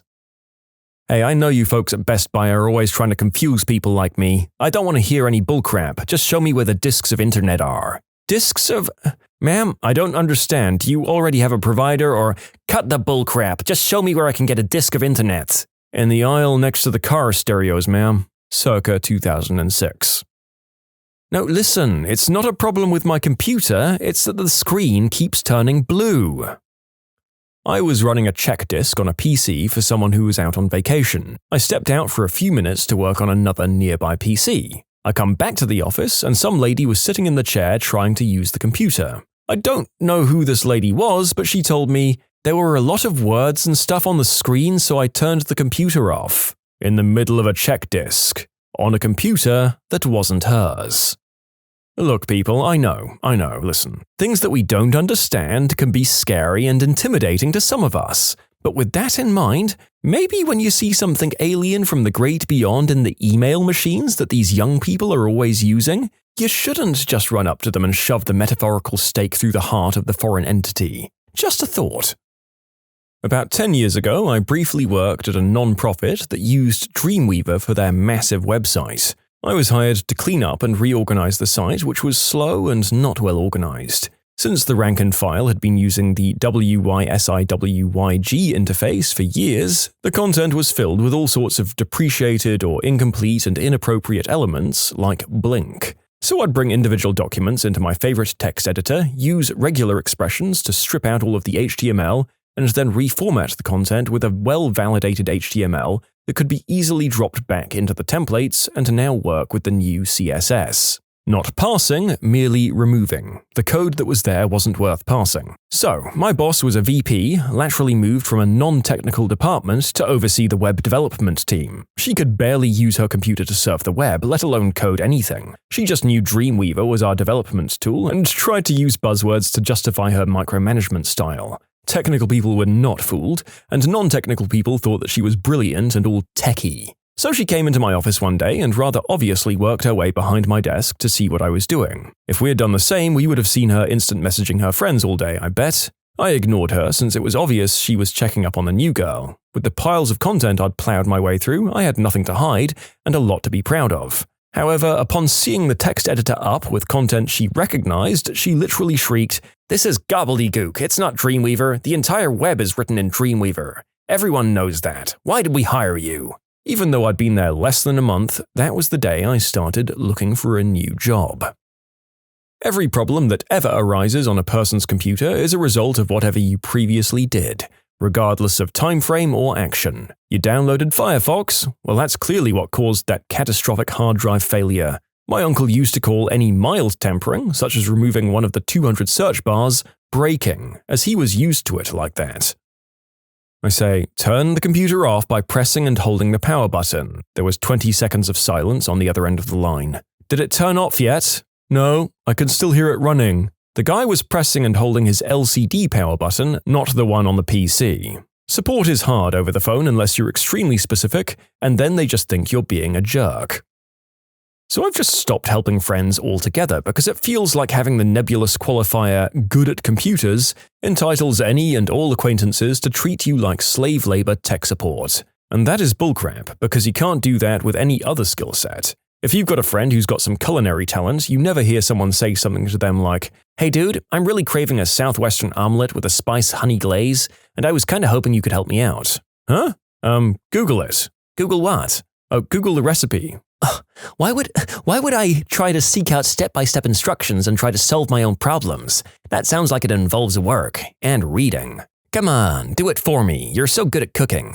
I mean, I'm not going to compensate you in any way, but you're so good at cooking, it'll be fun. Granted, I'm going to eat the entire frickin' omelet, so there'll be no tangible benefit for you, but it'll still be fun. Well, no, of course it doesn't sound like fun to me. I'm not a frickin' idiot, but I bet it'd be fun for you. Oh, and also, couple of things. I'm gonna hover over your shoulder the entire time and complain about how long it's taking every 5 minutes or so. On top of that, you'll probably get a call 2 weeks later like, "Hey man, what's up? Oh, I'm fine. I just got done eating a deep fat fried pepper stuffed with bacon and sautéed in Tabasco. Anyway, for whatever reason, I feel like I'm gonna crap my pants any second, and I'm pretty sure it's because of that omelet you made me 2 weeks ago that gave me indigestion. You wanna come over and grill me a steak to make it up for me?" "Where's all my stuff?" she said after reloading her operating system and having 1. Explained at length how everything would be gone after she did that, 2. Offered her a data transfer, 3. Read her the wipe and reload paperwork out loud, and 4. Had her sign the papers that said everything will be gone. Finally, we told her that her computer would only have the things on it that it had when it was brand new. "I didn't think you meant everything would be gone, though." Doing tech support at an ISP, the person said, "My computer won't turn on. Your internet is broken." I asked them to check the back of the computer to see if the plug was in, and they replied, "I can't see the back of the computer. It's dark in here." I said, "Well, turn on the light then." "Well, the power's out." Computer illiterate people think everything is a virus, almost like how I think everything in the sky is a UFO. "Is it done yet?" After explaining exactly what the problem is and then having the completely computer illiterate person say, "Oh, I don't think that's it. That can't possibly be the problem," usually followed by a broken description of something their brother's, cousin's, sister's, daughter's, boyfriend's former roommate, who's also a computer genius beyond your skills, said about Fruity Loops that has absolutely nothing to do with the issue. My mum and sister had managed to make my mum's computer so slow with retarded bullcrap that she went out and bought a new computer. The infuriating thing is that when she went about installing the same crap on the new computer, I could have cried. When that too became slow, my mum finally let me sort it out and she agreed it was better, but I had to change the Firefox for an IE icon and rename it Internet. I also had to ban her from installing idiotic software, which she sort of listened to. So the new computer does okay. She recently got an iPad and has filled it with all the crappy apps she can find. There's no helping that woman. Oh, they can't help it. I'm willing to bet my pathetic, crappy fortune on her never using the vast majority of those apps more than the one time she's prompted to install them. My inspiration for that idea? My dear sweet mother. Just the general misconception that working in IT or web development is not real work. I mean, I'm obviously not working hard, right? All I do is sit at a computer. Shut up. I was working with computers before you were even born. I probably know more about them than you ever will, said my dad, who hasn't owned a computer for 20 years and doesn't even know how to use Google. Talking to my mum, "It won't do anything." "Is it on?" "Yes." "How can you tell?" "The red light is on." "Okay. Hit the button right above the little red light. Now it's green. Is it sick? Is this a virus?" After my mum asks for help with something I've never problem-solved before and I start looking for a solution, she asks me to show her what I'm doing. When I say wait and let me figure it out first, she says, "Well, I can't learn if you don't show me. Can you learn with a pitchfork in your skull, woman?" How about those people who are just dangerous around a PC? I had a guy at my office take home a work laptop. He brings it back and says it won't boot. I try and it turns out there's no IS. I ask what happened and he says it was slow, so he put a disk in and chose to reformat. This guy was so bad, he was completely computer illiterate, but for some reason believed he knew more than me. So dangerous. My mother, "I have a computer science degree." "Well, then why the frick are you asking me to help you figure out how to get on IRC? You should already know." "I'm your mother, don't talk back to me." Facepalm. "I don't want you to show me what I did wrong, just fix it." What was the best power play you've ever seen someone do in real life? One of my friend's daughters has hearing aids. They're similar to the ones old people use, but with an extra piece on them. They're not the ones that are attached to your head. If somebody is bothering her and she doesn't want to deal with them, she pulls her hearing aids out and keeps doing whatever she was doing. This girl is 8. A friend and I were driving home after a night out and we got pulled over by the police for speeding. The cop approaches our vehicle and my friend, the driver, says to the cop, "I didn't even see you. Where were you parked?" And the cop responds by saying that he was parked at the bottom of an apartment building driveway that has a blind spot. So my friend says to the cop, "Well, I own that building, it's private property and I've asked you guys numerous times not to park there, as I don't want my building having a reputation of being a speed trap." A couple of minutes later, after the cop verifies the information, he comes to the car, apologizes, and sends us on our way. My first boyfriend and I were out at a restaurant in the middle of the week. It was nearly empty, but for some reason the hostess sat us across from the only other couple. We were 18 and the couple was about 30. The guy was talking at length about his boring job, and the lady was obviously not into it. He was talking so loud that me and my boyfriend couldn't even have our own conversation. The guy finally shut up and there was an extended silence. After a bit, my boyfriend looked up at me and said, "So, do you put out?" I busted out laughing and the woman at the other table hastily covered her grin. The dude scoffed and says, "Good one, buddy," and threw his napkin down like he lost an argument or something. I'm not a man, so I don't know what kind of power play that was, but I'll never forget it. Junior year of high school, AP physics class. It's the end of the year, AP tests are over, and we've got nothing left to do, so our teacher is leading a game of scientist hangman. The puzzle on the board is first letter with 6 words, third letter N, second word 9 letters, third and fourth letters RN. The classroom door was open. There was a senior walking down the hallway past the classroom. He takes one glance at the puzzle and yells, "Daniel Bernoulli," without breaking a stride. That young man's life peaked at that moment. He basked in the fleeting reverence of the younger children in that room and thought about the bright future that awaited a man of his quick wit and comprehensive memory of specific scientists. But it was all downhill from there. How do I know? Because that boy was me. I'm kidding, I've never even been that cool. Worked at a major office retail store for a while in the tech section. Everyone was paid just above minimum wage except for the department leads who made $10 an hour. So I took on a lot of his usual duties. Coming up was Black Friday and nobody was allowed to take it off. Company policy, no ifs, ands, or buts, all hands on deck. Well, I asked off anyway, hoping maybe they'd let me. My girlfriend's uncle was always gone on deployment, and this was one of the few years he'd been home for Thanksgiving, and I really wanted to finally meet him. They told me no.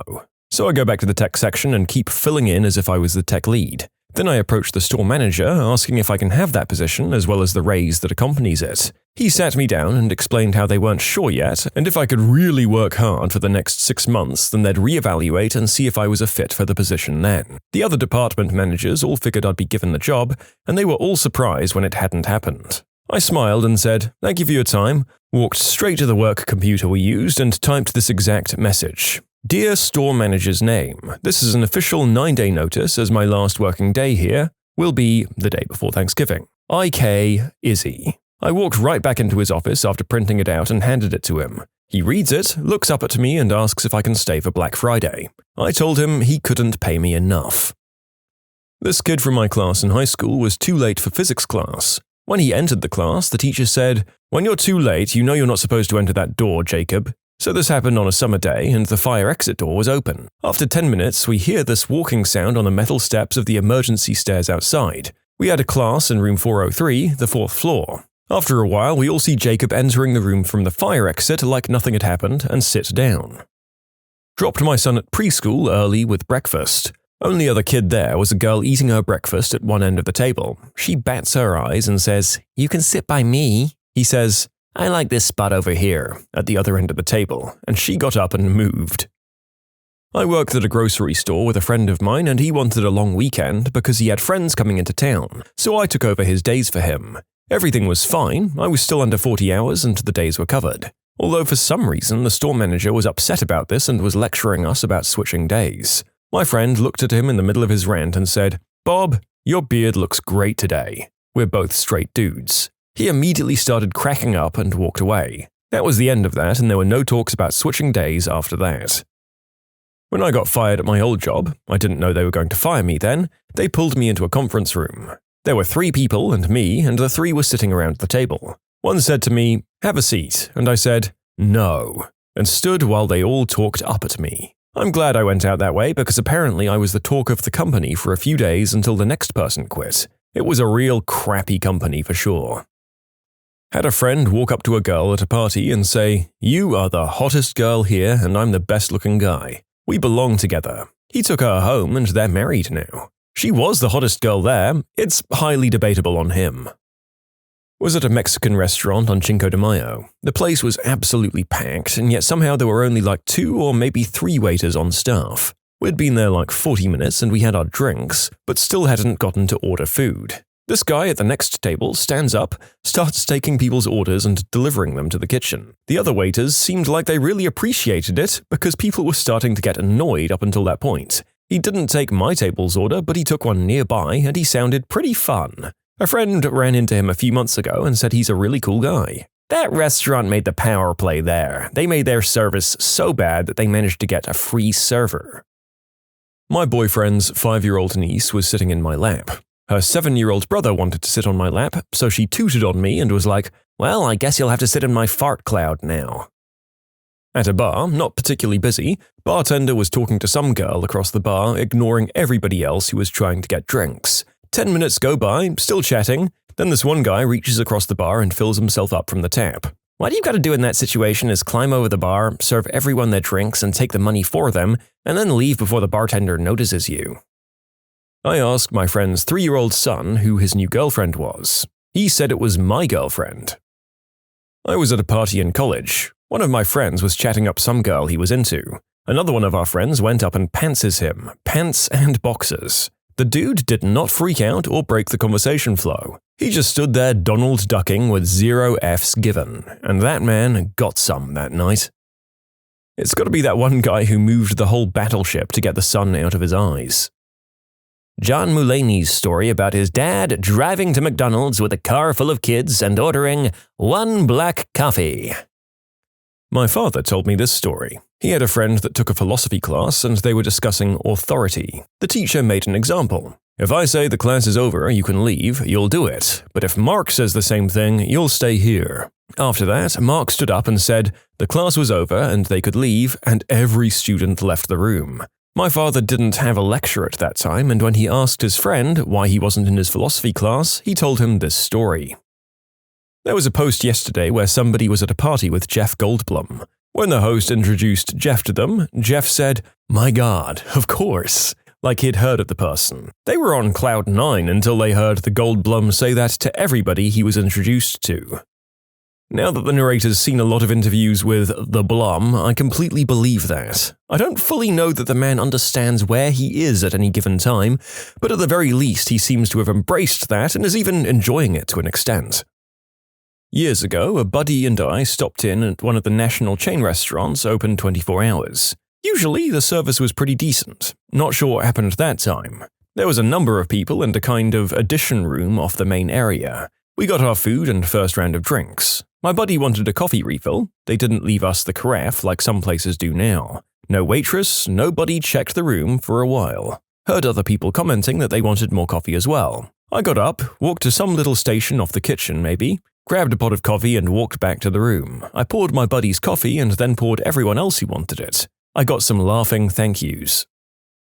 This is back from high school in the 90s. I had a friend that was really small who'd get picked on often but never really did anything about it. Neither did the rest of us when we got picked on. Nothing ever got physical, so who cares? Why start a fight, right? Use your words, not your fists, everything our parents told us. One day we were talking and a big guy that was in his grade grabbed him in a chokehold out of nowhere, no reason at all. My buddy kicked one leg forward and all of a sudden the big guy was on his back and pinned. My buddy had him by the throat. He said, "Will you stop it now?" And the big guy did, never bugged him again. It so happens that the little guy's dad taught Shotokan, and he was absurdly good. I've never seen someone move so fast. He took down a guy that was 75 pounds heavier than him, easy. Apparently, he helped his dad train students. He had never brought it up before as it wasn't important to him. Girls and cars were more interesting to us at the time.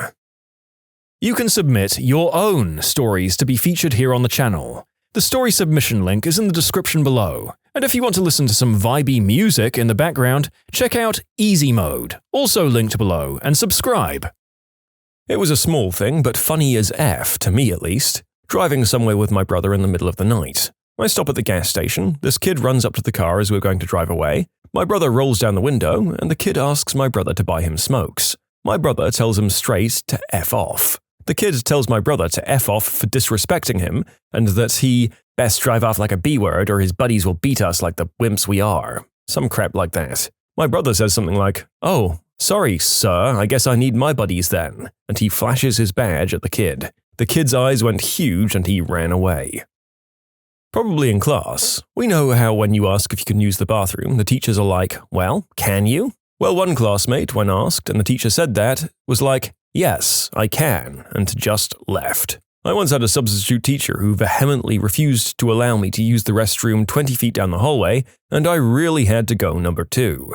After 15 minutes of turtlenecking, I straight up raised my hand and loudly exclaimed, "If you don't let me go to the bathroom, I promise you I am going to crap on the fricking floor." The sub let me go to the bathroom, and the embarrassment of having to say that in front of my classmates was definitely worth it. So, I'm in the US Army, and it's really easy to get kicked out of the Army these days.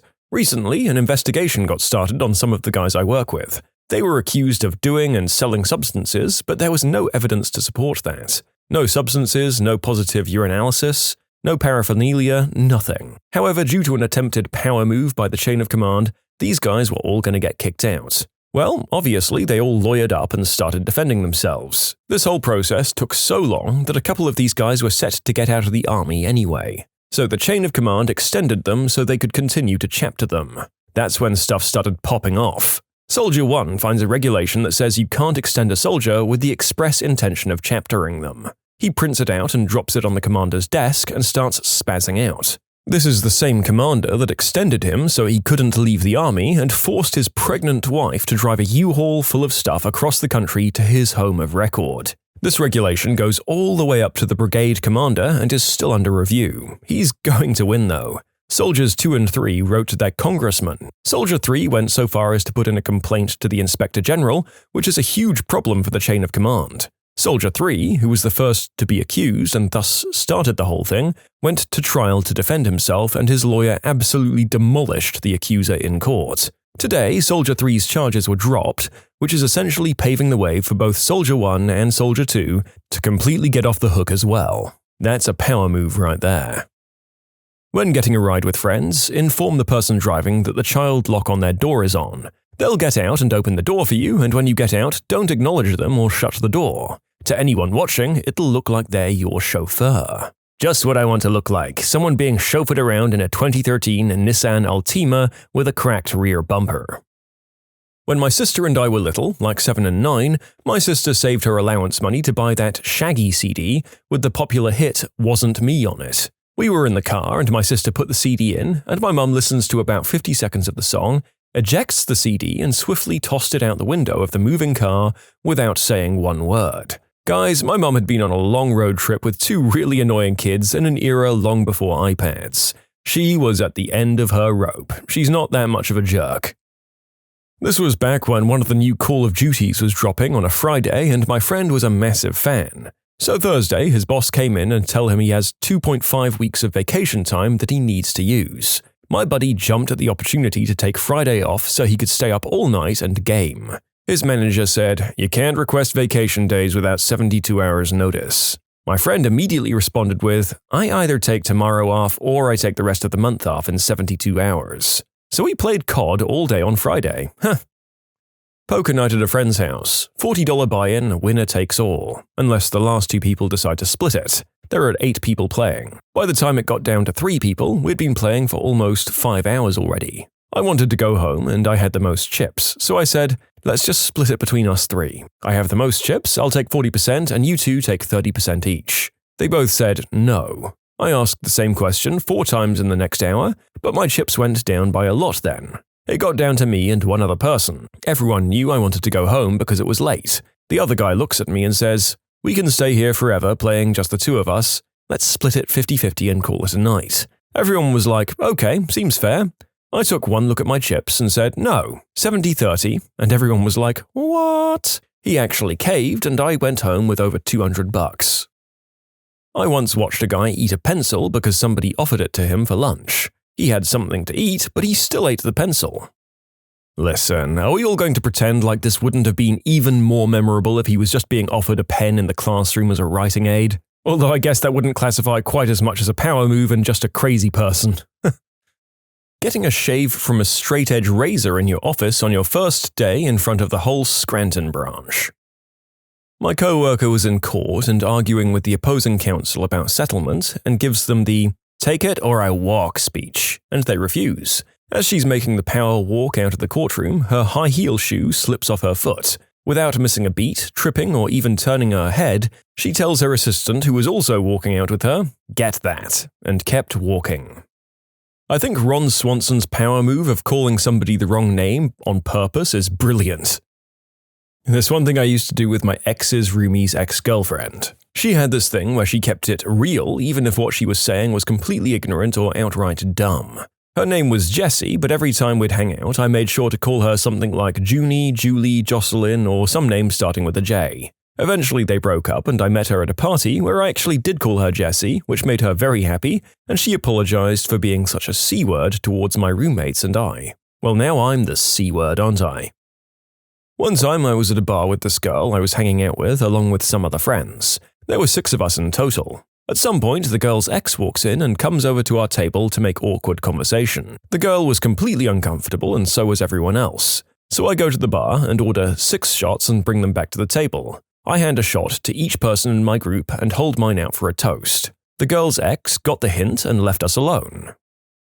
I used to be a bartender at a Walkabout bar. For those not in the UK, Walkabout is an Australian-themed chain of bar and club venues. One night, a particularly horrendous-looking woman and 2 men were standing at the bar waiting to be served. The only appropriate way to describe this trio would be that they looked like they came to the bar straight from a taping of Jeremy Kyle, where they were trying to figure out which of this girl's cousins was the father of her baby. As is my job, I approach the 3 of them, and before I can get past, "Hi, what can I get ya?" the woman shouts, "Large rosé." No please, no thank you. Whatever. Pretty much standard procedure at this crap bar, so I just ignore her rudeness and I start pouring the wine.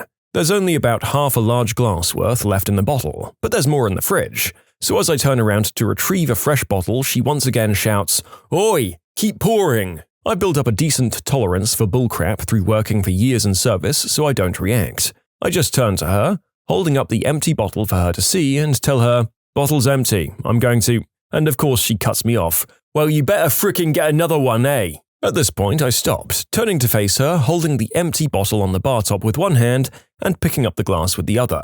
"I'm not serving you, you're a loud, obnoxious witch and I can't be asked." She was briefly flabbergasted. Emphasize on flab as her jowls wobbled in disbelief. She finds some words and says, "Well, that's not good customer service, is it?" "Well, that's not good customer behavior. And you know, I handed in my 2 weeks' notice a couple of days ago, so screw it."